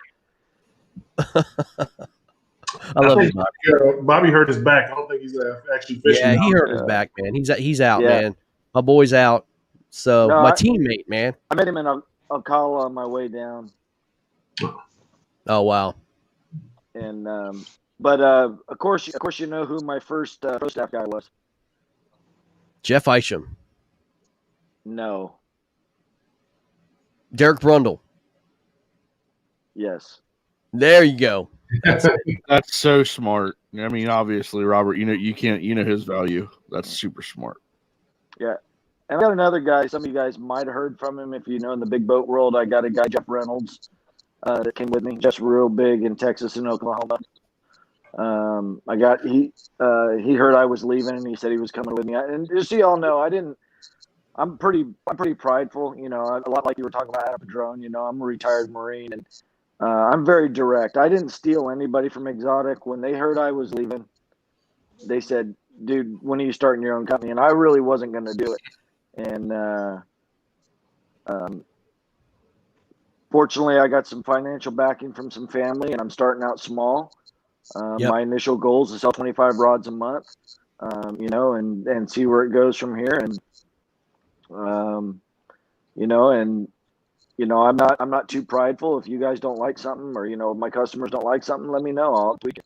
You know, I mean, I got a good relationship with my vendors. And so how can people get a hold of you, man? I mean, how can they, you know, if they're interested in getting a rod, what can they do? Can they message you directly? Do you have a website? Do you have a Facebook site? I do have a Facebook page. I'm getting ready to turn it on. I just have it hidden right now. I'm going to turn it on. I will have a website hopefully within the next 2 weeks. Okay. I got a good friend of mine that's building it for me. It'll be an e-commerce site. And right now it'll be built to order, but I am in the process. I'm going to have 50 rods built, you know, and I'm doing them all myself. I'm not contracting out. But I am targeting. I am going to target and hopefully have a kayak series rod. My goal is to have an American-made rod under $150, and I'm talking about the blank included. Wow. The blank built in the United States for under $150. Well, you got one sold for this month already, the crankbait rod. That's right, man. My goal is not to have a rod over $300. That's my goal. Wow. A standard rod. Being a rod professional as yourself, I got a question for you. Something I was just shocked about seeing yesterday. We did a little kind of a 101, fishing 101 with the frog master himself, Danny Gann. He was throwing a 6'8" medium heavy rod with a 9-1 reel as a frog rod. What in the world? A 6'8" rod. What do you think about that, man? Dean Rojas throws a 7-foot medium heavy for his. He likes the faster, but the only time I think you really want a shorter rod is if you're skipping that frog or keeping it close. He does. I was just going to say, yeah, he must skip a lot. You know, because you know, think about Brian Thrift. You know, he throws a 6'9" heavy extra fast, which is it's really an oxymoron. There is no such thing as a heavy extra fast rod. But his rods are all super fast tip, all really light tip, because you got to load that rod. And if you can't load the rod, you're not going to be able to skip it. That's why a spinning rod skips the Senko so well under a dock.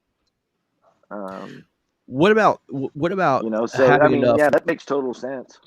What about having enough torque though to set the hook? I mean, you know, you sacrifice.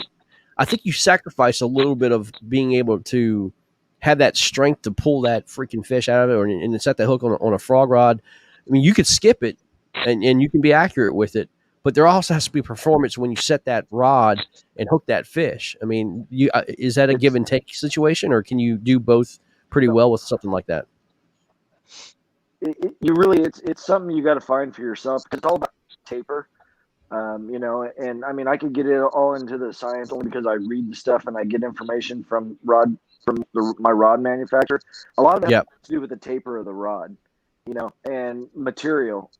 You know, I mean, there's a place for every rod and everybody's budget. But when you buy a $100 rod from China, that's exactly what you're getting.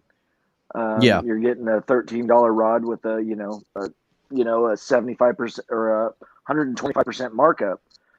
It's going to be painted. It's going to have epoxy. You're not going to be able to feel. It's probably not going to perform. But I know people can't afford. They can't. That's one good thing about kayak fishing. I mean, you can get someone out here with a spinning rod.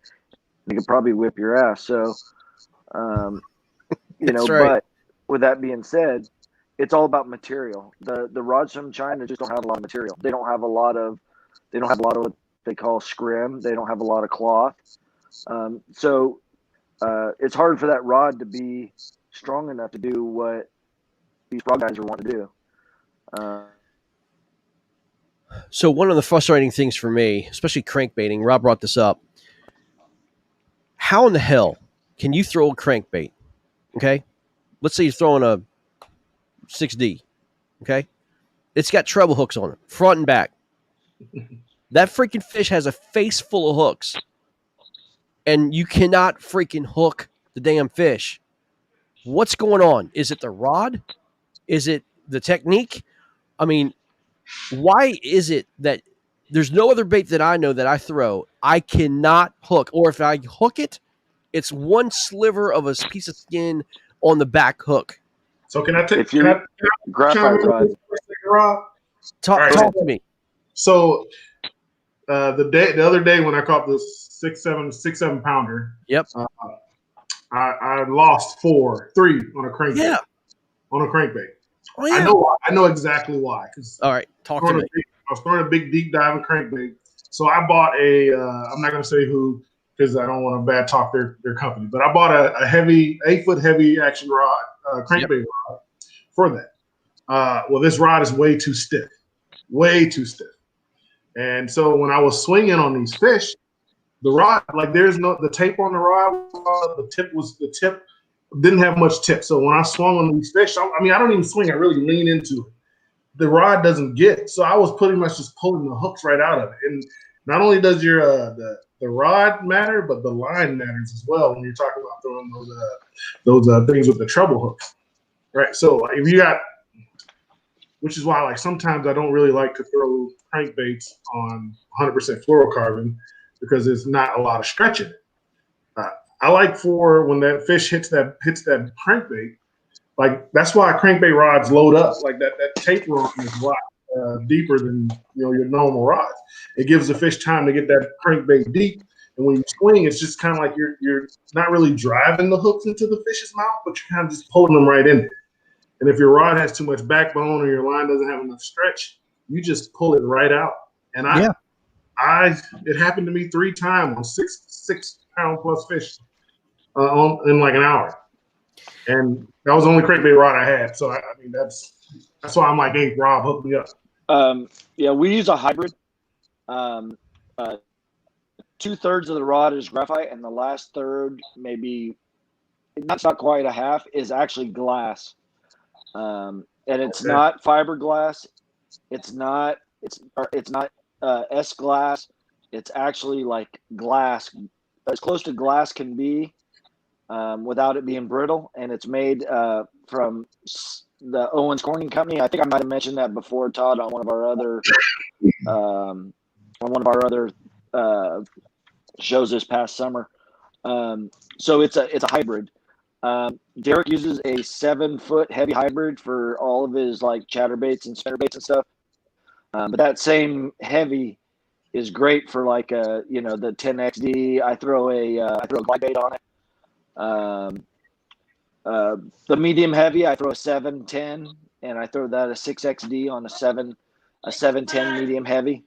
So that hybrid is really the way to go. It's a $300 rod, and I'm going to tell you, it's worth every penny. This is one that you make? I mean, yes. So I was throwing and I'll say this. I don't care. I threw a 6.8 ducket, medium heavy. Trying to get into real tight spaces, throwing a crankbait. it was basically I don't know, it was a 5XD or something like that, over in Chickamauga. And the crankbait bite was on in practice and everything else. And I went up catching 4 fish within the first hour, like Chickamauga. I missed 5 fish unhooking themselves after that, and I could not get my last fish on the board, and it cost me. And I'm like, now, damn it, I know. You know, man, I just caught 4 fish, you know, within an hour. And then I was just like, I mean, just they were side swiping it. They were, you know, I lost 4 other fish at Chick, and it wound up costing me not only the tournament, but being able to finish up, you know, in at least the top 10. And I thought to myself, this is supposed to be some, you know, perfect crankbait rod for a kayak. Man, I missed the mark, man. I tell you, I think that rod cost me big time, man. I really do. Cost me a lot of money, too. Medium heavy for 5XD in the hybrid. Yep. Boy, I was stupid. I got an exotic one. I'll sell you real cheap. I want yours, Rob. I want yours. Well, they are mine. They are. I know they're yours. They're all the rods are built. And they're still my design. No, that's true. That's true. Yeah, they're still my rods. All right, Todd, you can ask Rob. You can ask Rob that question. Conrad ducked out on that question. I know. I see that. Robert, did you hear about all the different teams for the KFL? Have you heard the anglers on the teams and everything?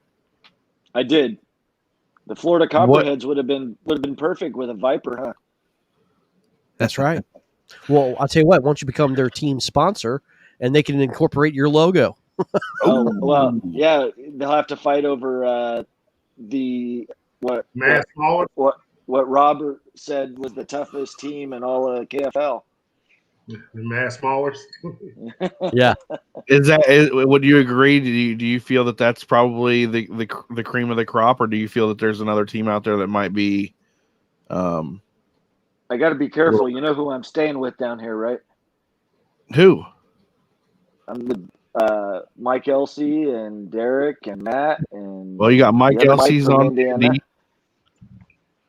No, we're all staying in the same house. I invited Conant and Brundle to come on, but I guess they weren't up for the task. Well, hopefully they're cooking dinner. That's more important, no doubt. No, so if you got to whisper it, what do you think? No, Mike Elsey closed the door because he didn't. He said he didn't want them to be too loud so you guys couldn't hear me. But there's another Mike here from Indiana. I don't know what his last name is. I forget. I think we know Rob's is the Mass Maulers, man, right there. Yeah, but their team is sick. But what was your question, Todd, with the KFL teams? Just wondering if you thought who the most dangerous team is, or who in your opinion was going to be the team to beat in the KFL this year. I mean, you know, from just the KBBT guys, yeah. I mean, Derek's team is going to be hard to beat. I mean, the New England team is pretty stacked. You know, and I would say that it was a regional thing, except for they do pretty good everywhere they travel. So it's not just a regional thing. Right. The Texas guys, I don't know. You know, I don't know. I don't know enough about. Well, most of them, I think half the team has never left Texas, so you know that may not fare out so well. Yeah, you know, I don't know. I mean, the Florida guys. I mean, so far most of the Florida guys that traveled, they didn't look so good to me in national championship and a few of the other spot stuff. So I don't know. Right. You know, I'm an outsider and I'm just starting to get my feet wet with this. I can fish in a big boat, but I don't know if I can fish out of a kayak. So yeah, it's different. You know, I mean, as Mike Iaconelli, I say, Mike. Yep, it's a different sport, man. You know, it's a lot different when you're not looking down on them. You're looking, you know, horizontally at them. You know. Yeah. Well, I mean, I will say that now that I got my kayak finally set up the way that I like it, I mean, I've been enjoying it the last couple of days. You know, I was out. I got here Tuesday night, so I had a pretty good pre-fish yesterday. I probably had 80 inches, and that was just me farting around because I already almost fell out of the boat. I fell and got knee deep just trying to get into the kayak yesterday. So, Yeah, it was having Derek and Matt laugh at me. You know, that was really fun. But what do you paddle? What kind of kayak do you have? I got a Pursuit. It's an older one. Should have known. There's a few in the comments that are watching. If you guys would like to tune in or chime in, hashtag KFL and give us your team that you think is the cream of the crop in the KFL this year. We'd like to see your guys' comments, and let's get KFL trending. So hashtag KFL. Yeah, definitely.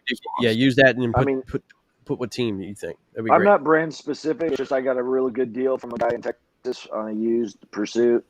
You know, I mean, it came with almost everything that I needed for $1,000. I mean, I couldn't beat it. I'm just joking because you're staying with Derek and Matt. Yeah, well, I mean, new boys. Honestly, you know, I thought about getting the Frontier because it's lighter. You know, I mean, I'm, you know, I'll be 47 years old next week, and you know, I don't have the best balance anymore, and I'm kind of a hybrid. I sit, but I like to stand too, so it's kind of, you know, it's kind of a, you know, it's new, but I mean, like I said, I'm enjoying it. I'm enjoying it so far. Nice. Yeah, I'll be getting my PA 14 here the next couple of weeks, so I'm excited to get into a Hobie for the first time. Todd, you're becoming a BMW driver? Say it again. I said, Todd, you're becoming a BMW driver, huh? Getting a Hobie. Yeah, I worked out a deal on getting one, and it's going to be my new yak. So I've been in the Jackson Big Rig, which is still my favorite boat. Jackson Big Rig is hard to beat as a big dude. So that's my favorite boat. I was in a Nissan Native Titan 12 last year. The pedal drive on that thing, I loved it. The boat was nice. It was a little too wet for me. Those of you guys that natives know what I'm talking about. It's a wet boat. So that Big Rig's my favorite, but everybody says I'm gonna love this PA 14. So we'll see how it goes. Hey, Greg, Cody Prather's trying to get me in a Hobie. No. Yeah, I mean, look, you know, I had the older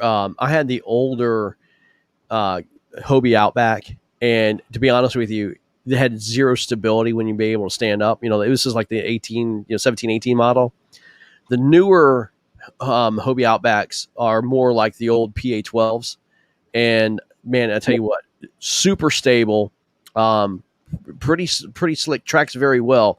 It took me a while to get used to it because it felt bigger. You know what I mean? It just felt like it was just a bigger boat.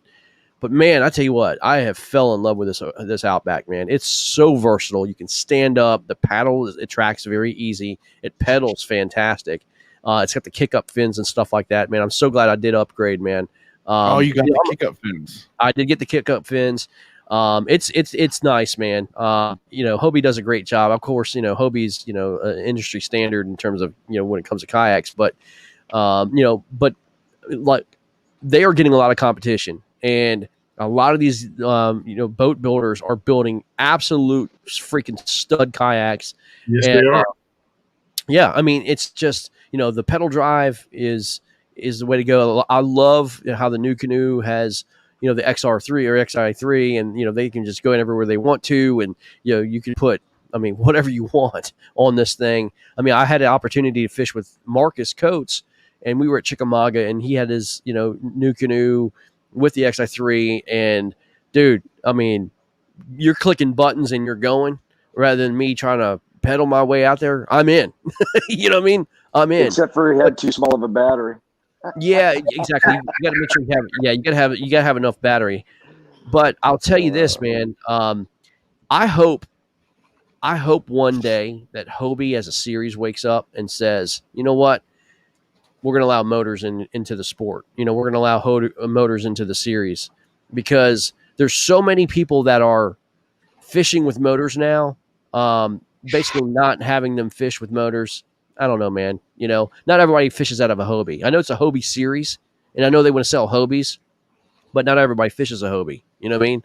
So I hope they allow motors one day. Maybe that'll happen. Maybe it won't. But I just think that, you know, to get the sport to grow even more, it's good for sponsors like Motor Guide and all these other folks that have motors. I just hope that they do, they do allow it. So I agree with you, Greg, on that one. When you don't, so nowadays, if you don't have a motor or a pedal drive, yeah, you're getting smoked. You're getting smoked, man. I mean, I fished. This is going to be my second Hobie tournament, and I felt it last year when I fished Seminole. I felt it. Like, I was out there in just my pedal, bona fide, and take off. I didn't just take off, just the range that you can, like the water you can cover. It was crazy, and the fatigue plays a part. So I would like to see Hobie eventually come with the times and allow motors. But are you seriously? But do you honestly feel you're getting smoked? Do you feel that? Do you honestly feel in your heart of hearts that the advantage is substantial? It is huge. I feel because what about all the different launches you can launch on the lake? That's going to cut down on the advantage of the motor. And then, secondly, what about the disadvantages that the motor actually brings to the kayak? Well, disadvantages meaning weight. Weight, stability, noise. I mean, ask Drew Gregory. He'll paddle all day, and dude was arguably the third best kayak angler in the country last year. Well, I feel like the advantage you get from it is actually substantial. Because one, you can cover way more water. And I'm just playing devil's advocate because I do agree with you. You can cover way more water. One, two, less fatigue. And you even get from paddle to pedal, you're talking about less fatigue. Mm-hmm. And those two things play a part. It's like anybody who's played sports, right, could tell you that when you practice harder than what the game is supposed to be, correct? So that in the fourth quarter, when you're tired, you can still perform. But a lot of people, when they're super tired, they don't perform at the same level they were performing at, at 8 in the morning or 8 o'clock in the morning. No doubt. I got a good analogy. Playing 18 holes, carrying your bag, or playing 18 holes in a cart. That's right. I will tell you, if I was in a cart, I would have broke 80 several times. Yeah, so I was over at a lake, and Eric Jackson was there, and Eric Jackson had that new carbon fiber kayak out. Apex. Holy crap, dude! And so it looks like a speedboat, right? And he's like showing us around and everything else. It looks like a bobsled. It does look like a bobsled. And then I went over and picked that thing up. I was like, "Are you freaking kidding me?" I mean, it was like one-handed, just above my head. It was nothing. I think it weighed 30 pounds. It was, that's unbelievable. And so, I was talking to Bobby Gann. I said, I would absolutely kind of redesign it, make it a little bit more boxier. And this is just me talking. I would make it a little bit more boxier and more sturdy, and I would promote the crap out of it to the older anglers out there that can't lift 100-pound kayaks, and put them on top of roofs and everything else, but to basically section that area off into to the elder fishermen out there that are struggling, getting their kayaks to and fro. And you can put a motor on the back of that sucker, a torpedo on the back of that sucker, and it goes. Listen to this. Eric told me this. With a torpedo on the back of it, on that boat, 30 pounds, it goes almost 8 miles an hour. You're talking about the Apex thing? I'm talking about the Apex. Oh, yeah. Okay. You put that thing on a Hobie with a torpedo, it's going 4.2 miles an hour. That's a big time advantage, man.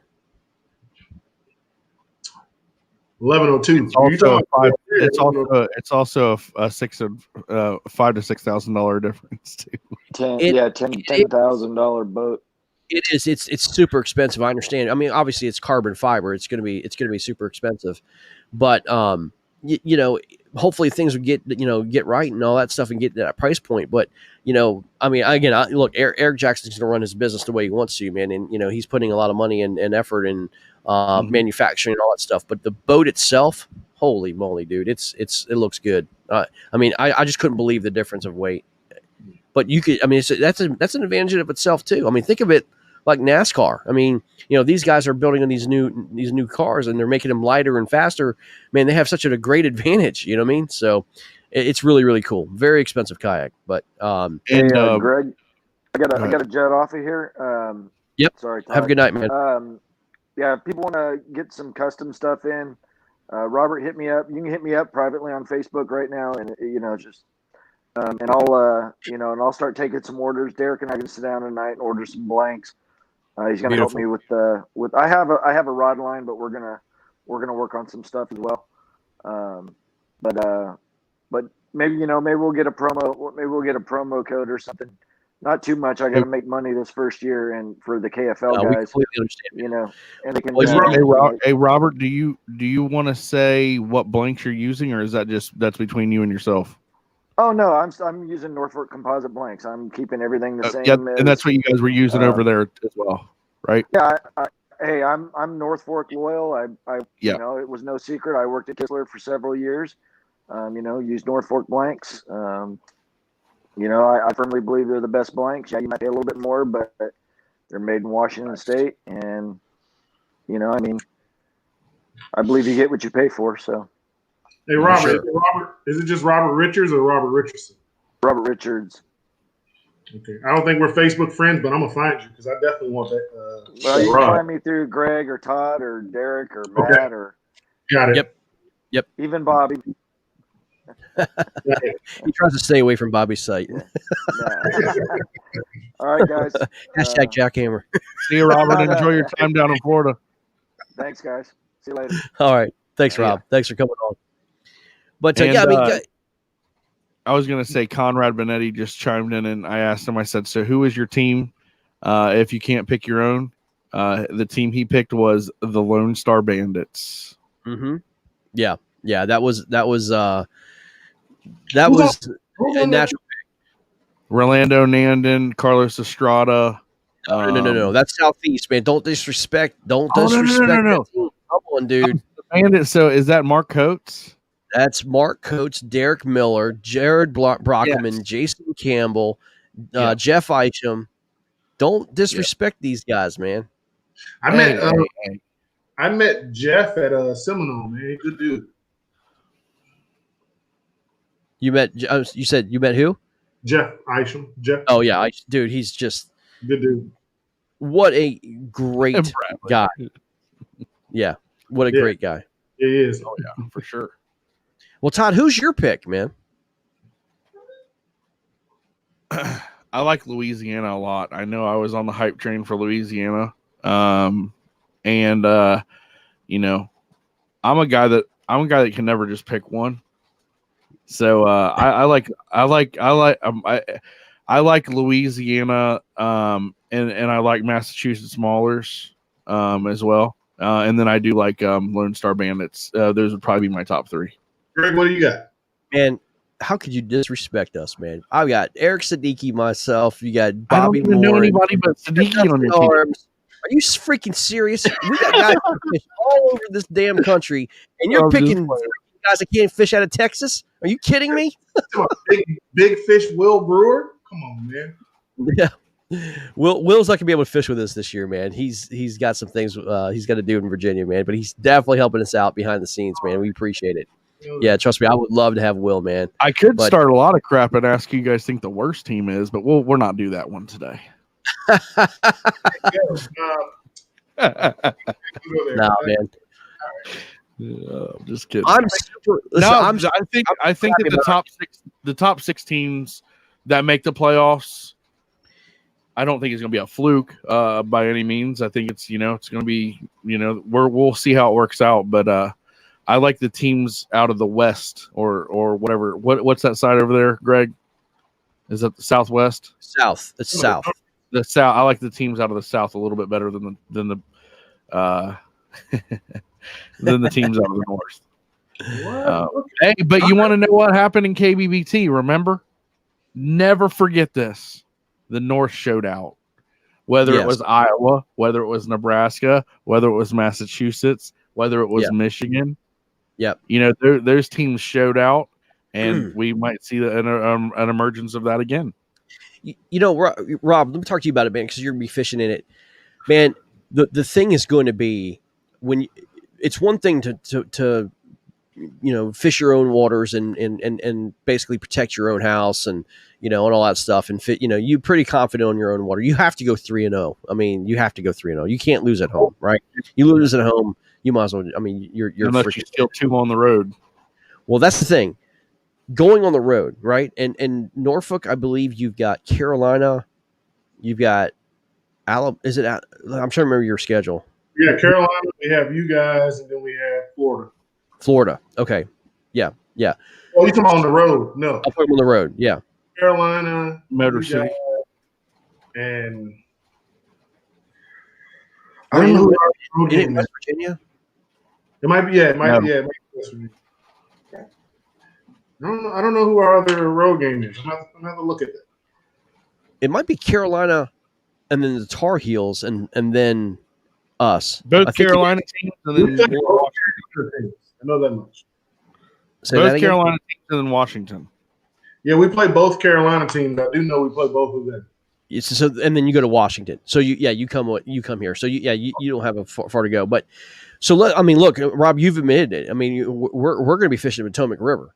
And so, a lot of guys struggle in the Potomac River, man. And so, you've got to pick guys that can fish it. I mean, it's a different beast. And I think we have a huge home field advantage because, most of us guys know how to fish that thing. But, the strategy going into a road game, man, it's different, man. It's just like, it's like going to a live event that you've never, places that you've never fished. I mean, everything else. But then you got to pick the 4 guys that can fish, right? So I don't mean to cut you. Here's in my thoughts, the toughest part about what you're talking about, Greg, is let's just say this Friday I have a match. So tomorrow I have a match, or Saturday I have a match. And then next Saturday is my road match. I have most kayak fishermen, most of us are, working men and women. We have regular jobs. So we have no time to go down there and put time in on the water, right? We will, if the lake is mapped, we'll go online and we'll do some studying, right? Or we might go on Google Maps and look around a little bit on Google Maps or Google Earth.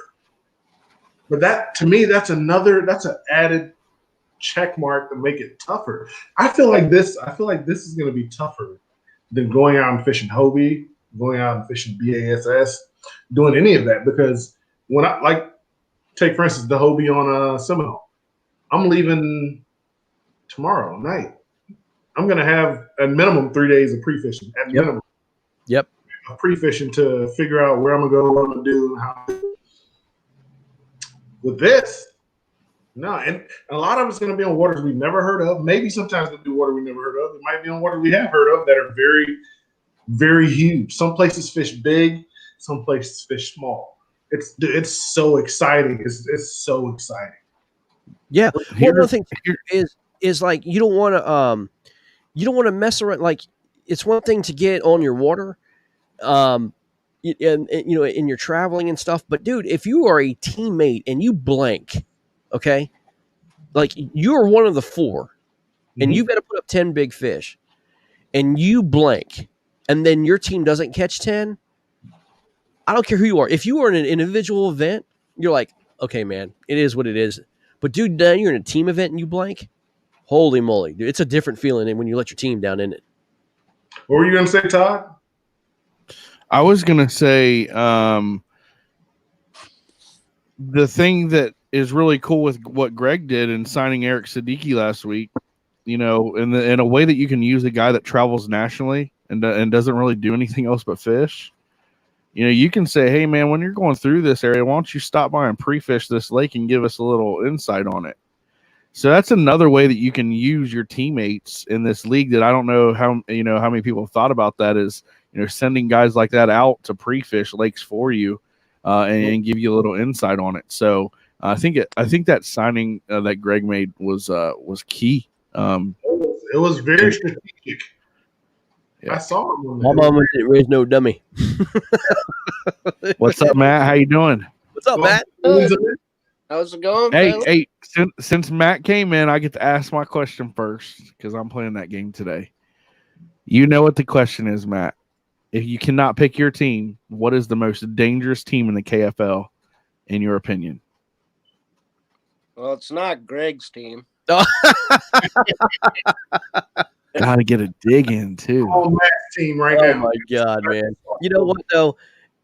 I will always be better looking and taller than you, man. So that's a win for me. Man. Oh God. If it's not our team, it's gonna be the South Texas team. Wow. Wow. Oh, you like the South Texas team? That was going to be The J.R. with Maki, Lisa the Rolando Nandins, and Doc Acosta, and Yeah. Lisa Washington, and Carlos Estrada. Yeah. Good names. Caleb Hale. I mean, these guys are legit. I think they're gonna do some really big things, especially with the folks on that team that have a little bit more experience. I think they're gonna bring that team together, and man, I think they're gonna be fire this year. I really. Yeah. All right, gentlemen, let's ask this question: who is going to the championship? What two teams are going to face each other into the KFL championship? I don't know all the teams from each conference, so I can't say. Well, it's pretty easy to figure out because it's the southern teams and the northern teams. Does Northern cut off at me? Cuts off at Washington. Oh, cuts off at Washington. Yeah, So you got south. okay.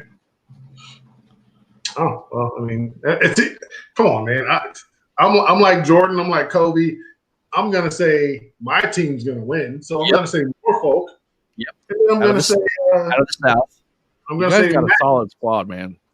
I'm gonna say Mass.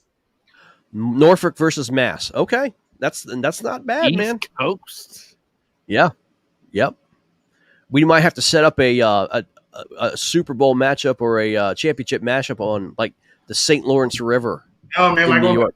the Delta. Like Holy crap, would that be amazing, wouldn't it? set it up on like the Delta. The Delta. Yeah, Oh, well, he wants in to go down California? Nah, He wants man. to go to California and have them fly I out. don't think we're allowed to go into California. Right Do they now. fish in California? I know it's raining here. It's been raining here for like 3 days straight. Yeah. Oh man, trust me, Californians, they get so pissed off when you don't talk about how they are. And those kayakers out there, man, they're out in the world by themselves, man. They're It great sucks fishing because they have some amazing anglers and amazing fisheries out here. anglers out there. I mean, amazing anglers. You know, like I'm right right by the Delta. I'm right by Clear Lake, and I'm right by Folsom. I'm like right in the middle of like some amazing lakes out here right now. now, we're in the middle of like lakes that produce teeners on the regular. Oh, all the time. Well, I mean, when they're not snagging them with freaking treble hooks out there. We're not gonna get into that right now. Long. That's a Mike Long. joke. Yep. Bobby Morin says Mass will have to get by us first. That's right, Bobby. That's right. And So- Craig Bashir says Norfolk. Let Bobby know. Bobby, I'm letting you know right now. You said you're gonna stop by some Norfolk lakes to free fish them. When you do Murray, you're not allowed in the state. I already put it out. I love the state when it goes. We get a little APP out on them. Matt, who you got for Greg's question? So obviously us. I like it. Motor City Ambassadors. Coming out. And I'd like to see the Rough Riders on the Mississippi. Ooh. Mm. Who? Yeah. Southeast. Who did he say? Oh, It's the Rough Riders down in South a Texas. Tanya Harding reference. That's got to be like 25, 30 years old. Absolutely. But banging kneecaps, man. Banging kneecaps. Nancy Kerrigan. Whoever that was, you just aged yourself. That's right. Steve O'Brien. So do I answer that or do you answer that, Greg? You go ahead, man. I've got my my Super Bowl. You go ahead and figure it out. You just aged yourself. I think that the best Super Bowl, We can't call Or it the Super one- Bowl. It's a championship, but we all know what that means. the KFL championship,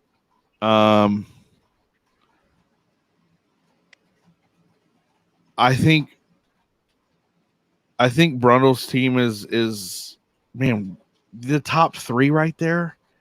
Ken Mhm. Wood, Matthew Conant, and Derek Brundle. That's nasty. And they travel good. They're down in Florida this week, and they're going to slay them this week. They're going to show you. Yeah. I'm going to take Massachusetts Maulers, and I'm going to say Louisiana Hurricanes, and I'm going to say that the Maulers are our first champion. Wow. Okay. I can't wait to after we past all you guys and we face the Mass Maulers again. I need payback on Derek and Matthew. I need it. The shoe cobblers. The shoe cobblers versus A team. That's such a great line. You own shoes. Great line. That's phenomenal. I'm gonna go this, man. I'm gonna what go. Team Obviously, Bobby talking about? Bobby, what team are you talking about? Man, look. Here's the deal. He's talking about us. He's talking about us. Yeah. So He said, yeah, but they will be fishing new waters during this. I think he's talking about Massachusetts. yeah, Massachusetts will be. Yeah, it don't matter with these guys. Yeah, it don't matter. They could figure it out, man. The amount of study that these guys put it in, it's just sick. I'm gonna go Warhawks because I have to, right? You know, I mean, we're gonna have some damage around here, man. We're gonna go have some damage. But I'm gonna go the Warhawks. You ready for this? And our neighbors to the south. That's right. The big Robert Brown's team, Norfolk Privateers, in a Virginia slugfest at Chickahominy. That guy right there is smart. Heck yes. Can you imagine? Oh, dude. Robert Brand knows what's Chickahominy is all about, man. In August? Heck yes. It is the Caddo of Virginia. Is it not, Robert? Chickahominy every spring has about at least 8 10-pounders come out of it. Easily. Nice. Chickahominy Lake, easy 8 10-pounders plus. The river is sick. The river's even better. Yeah. The river is sick. It is, when you go to the Chickahominy River, it is the Caddo. It is just like fishing in Louisiana. It is ridiculous. Dark waters, swift moving current. I mean, you're throwing in cypress trees. It's sick. Actually, you know what? I'm changing my pick. It's going to be Washington, Norfolk. That's on the chick, man. It is. He just wants to fish Chickahominy. Right there. I'll tell you. Sorry, Matt. Love you both.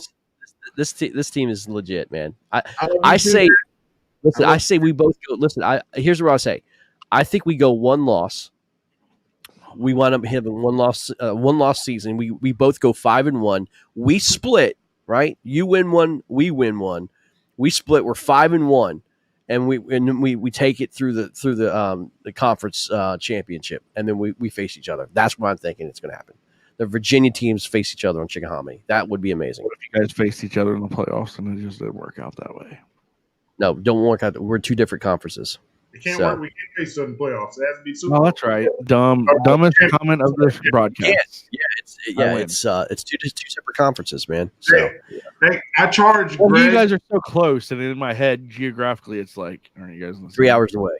I charge you, Greg, and Todd and Marcus, with coming up with a great name for what the championship match is. Yeah, it's going to be cool. Y'all need to come up with a Guggen Bates type of name. I'm sorry, Guggen is winning the naming of Bates game. Yeah, there. Yeah, we definitely need to call it something really cool. Yes, like something bowl or whatever it is. You know, what I mean, it's got to be it's got to be legit, like the World Series. That's freaking cool. You know what I'm saying? The Stanley Cup Finals. We got to call it something really, really cool. Exactly. Not the national championship. No. Y'all got to come up with something cool. Like we do. We do. Maybe we ought to put a little contest out there and hashtag it, and whoever we pick winds up winning something. We'll give away something. How about that? We do a little we'll do a little giveaway to name our champion. They get a jersey of their favorite player in the league. They get a signed jersey of Conrad Benetti. Hey, Greg, you just did something that we do in the military a lot. What you just said with that? Yeah. Swap it back on, put it on everybody to come up with it. That's it. You need a lot of minds. You get a lot of people thinking about it. That's it, man. It's called outsourcing. We do that. Yep. We can't, Craig. We can't have World Series of Hammers because we have a team called the Alabama Hammers. That's right, and they're not making it. They got a solid squad. Don't be ripping on them guys. They do.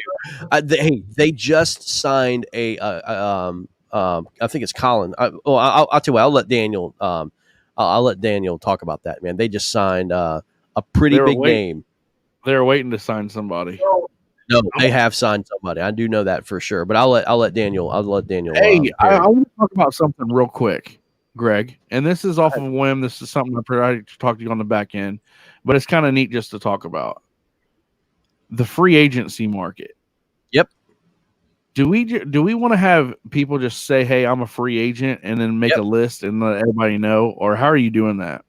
Yeah, I mean, anybody wants to be a free agent and get signed by a team because I mean, people are going to come and go, man. I mean, not everybody's going to be able to, whoever started Matt this is going to fit. Put his name out there. He is definitely interested. That's a free agent. I mean, there's a. I mean, if I was Louisiana, okay, and I had to go out and fish, East Texas, or if I had to go fish somewhere in Texas, why would you not have Matt Frentress if you are a traveling team? If I was Arkansas, and I'm outmanned, why would I not sign Matt Frentress to go fish and help fish Texas? And Frentress can flat out fish. Oh, Frentress would put a whooping on some people, man. Flat out fish. That dude. So Bradley Kennan just said he wants Matt Frentress. Go sign him. Because you could have up to two. Though, right?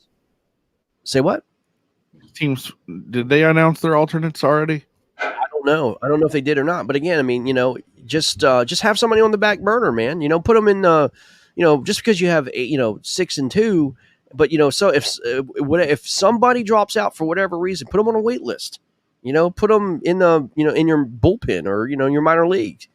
And just have them as a backup, man, and say, look, verbally commit to us, and if something happens, man, we'll help you out. So Bradley's why would you not? himself off his team? He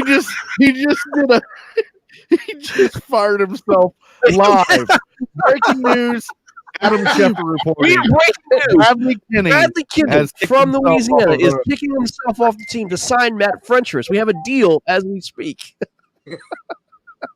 We do not have details, but per sources, Bradley Kennan has resigned. I thought the first person to do that would be Matt Linseman. Matt wants fish. But can he fish? That first game.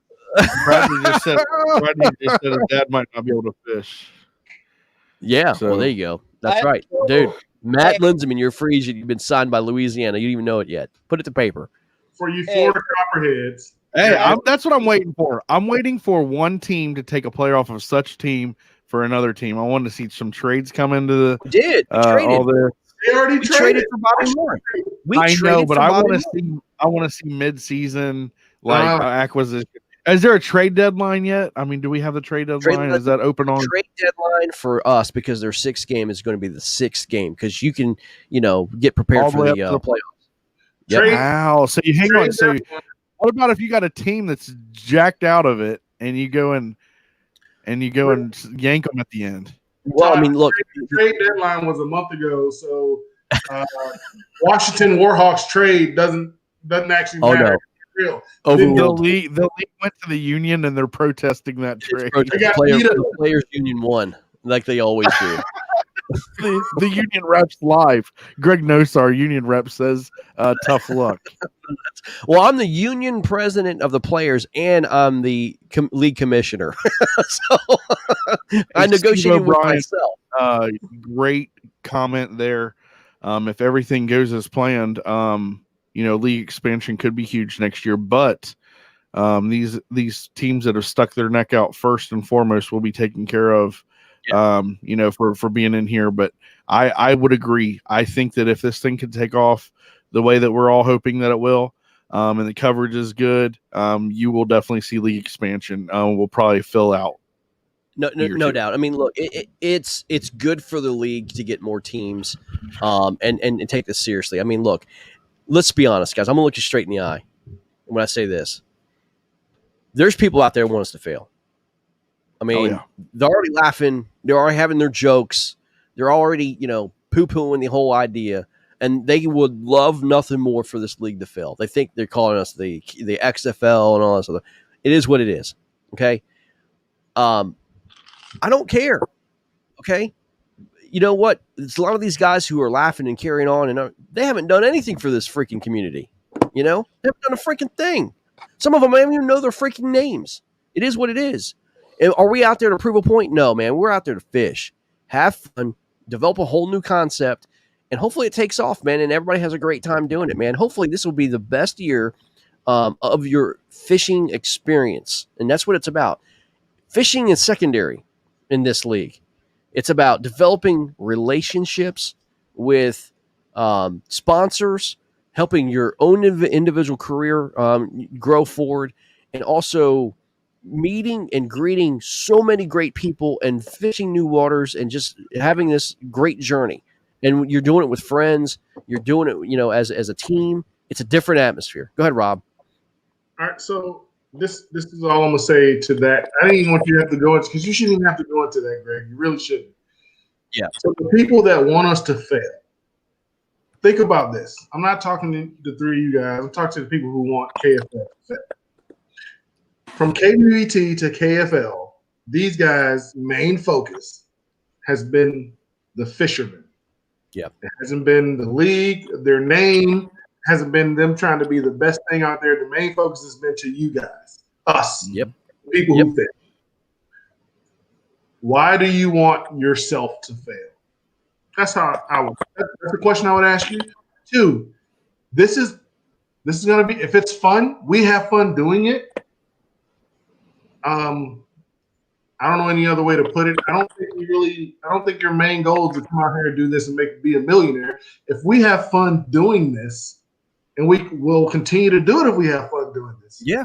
How can we fail? You can't.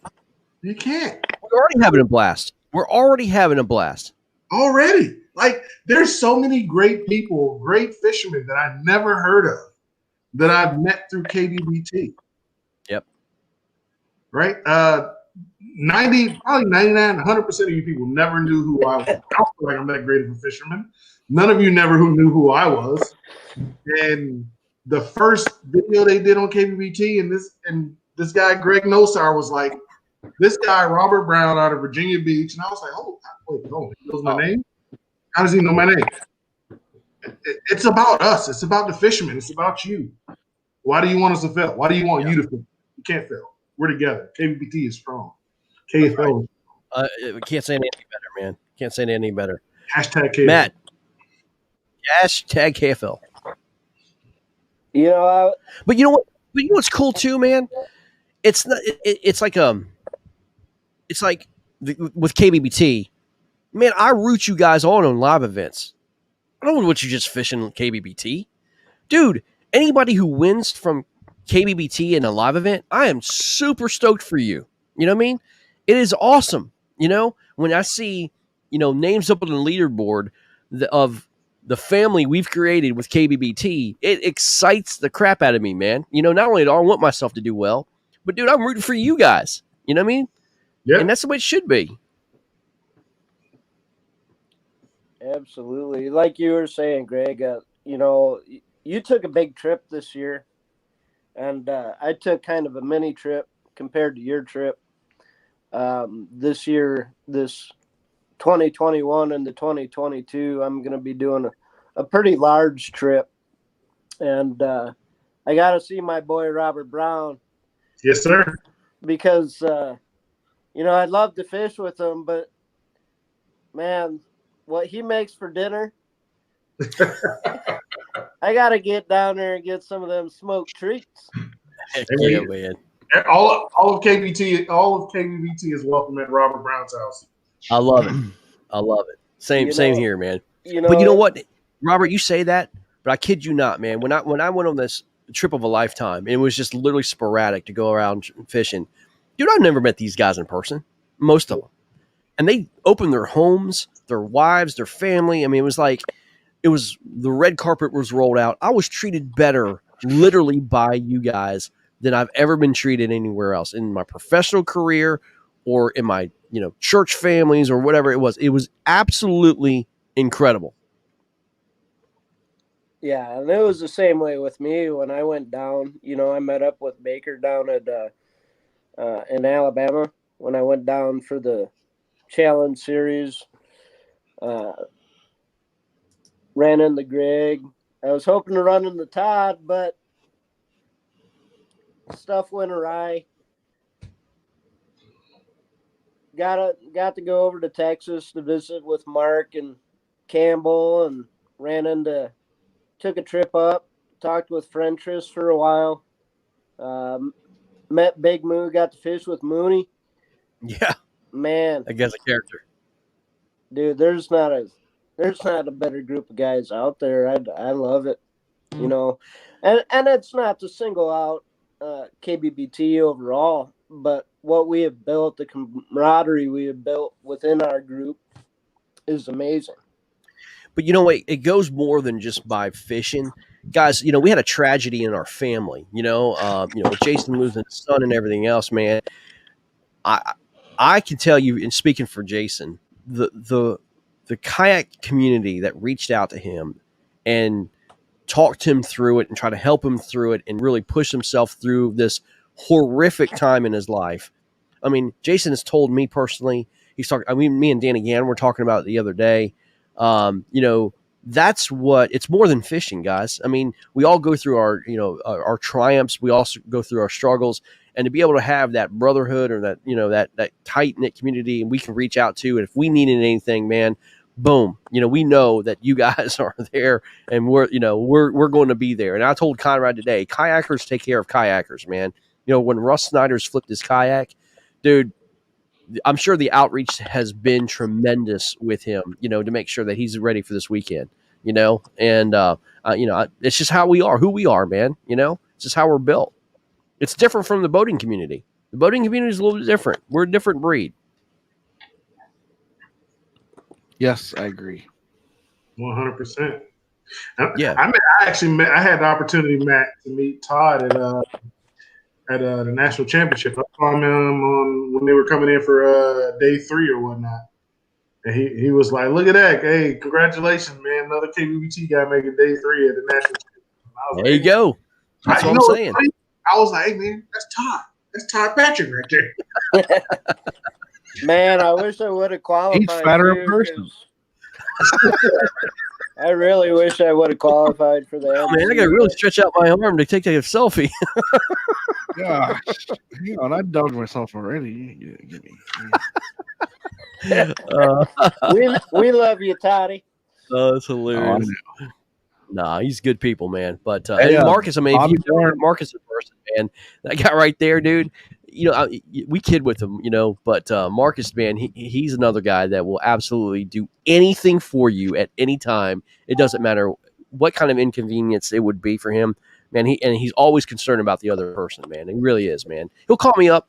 Honestly, he'll just call me up out of the day and be like, "Dude, how you doing, man?" He wants to talk about me. I'm like, "Dude, I'm all right, man." It's just he's just that kind of guy, man. So it's just cool. Yeah, Marcus is a great guy. Oh, yeah. What's his name? What's that? Say that.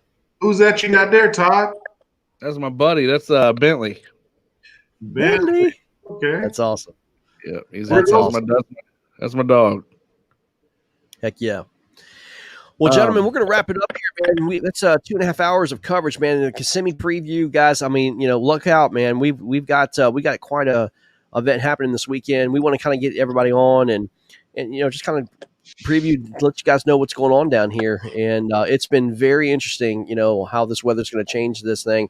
I'm almost tempted to go back out on the water tomorrow. I thought I was going to end pre-fishing, as of yesterday, but with this cold front coming through, man, I might have to go check on some fish. So I might do that in the morning and figure out if they're still there or not. If not, then it is what it is. You know what I mean? I have to just go in there, man. But no sour curse. Ugh. I cursed myself all my career, man. You know what I mean? But look, I'm not gonna. I would not be lying to you. I'm confident. You know what I mean? This is more. I've been more confident in. Well, let me say this. I don't think I've ever been more confident than going in this tournament. I know. I think I can hang with some of these guys. I really can. You know what I mean? And so, am I going to bust the leaderboard? I don't know, man. You know, I mean, who knows? I mean, it's like Robert Brown said, man, we're not fishing against each other. We're fishing against the fish.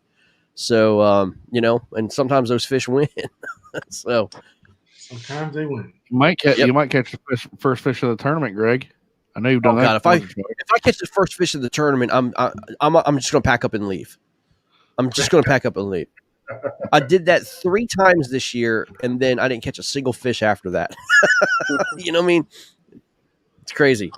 Yeah. So this 2021 is going to be a treat, whether it be KFL, whether it be KBBT in the first ever KBBT National Championship that we get to have in April. KBF, Hobie, BASS, your local trails, guys. 2021 just shaping up. Looks like it's going to be a really good year.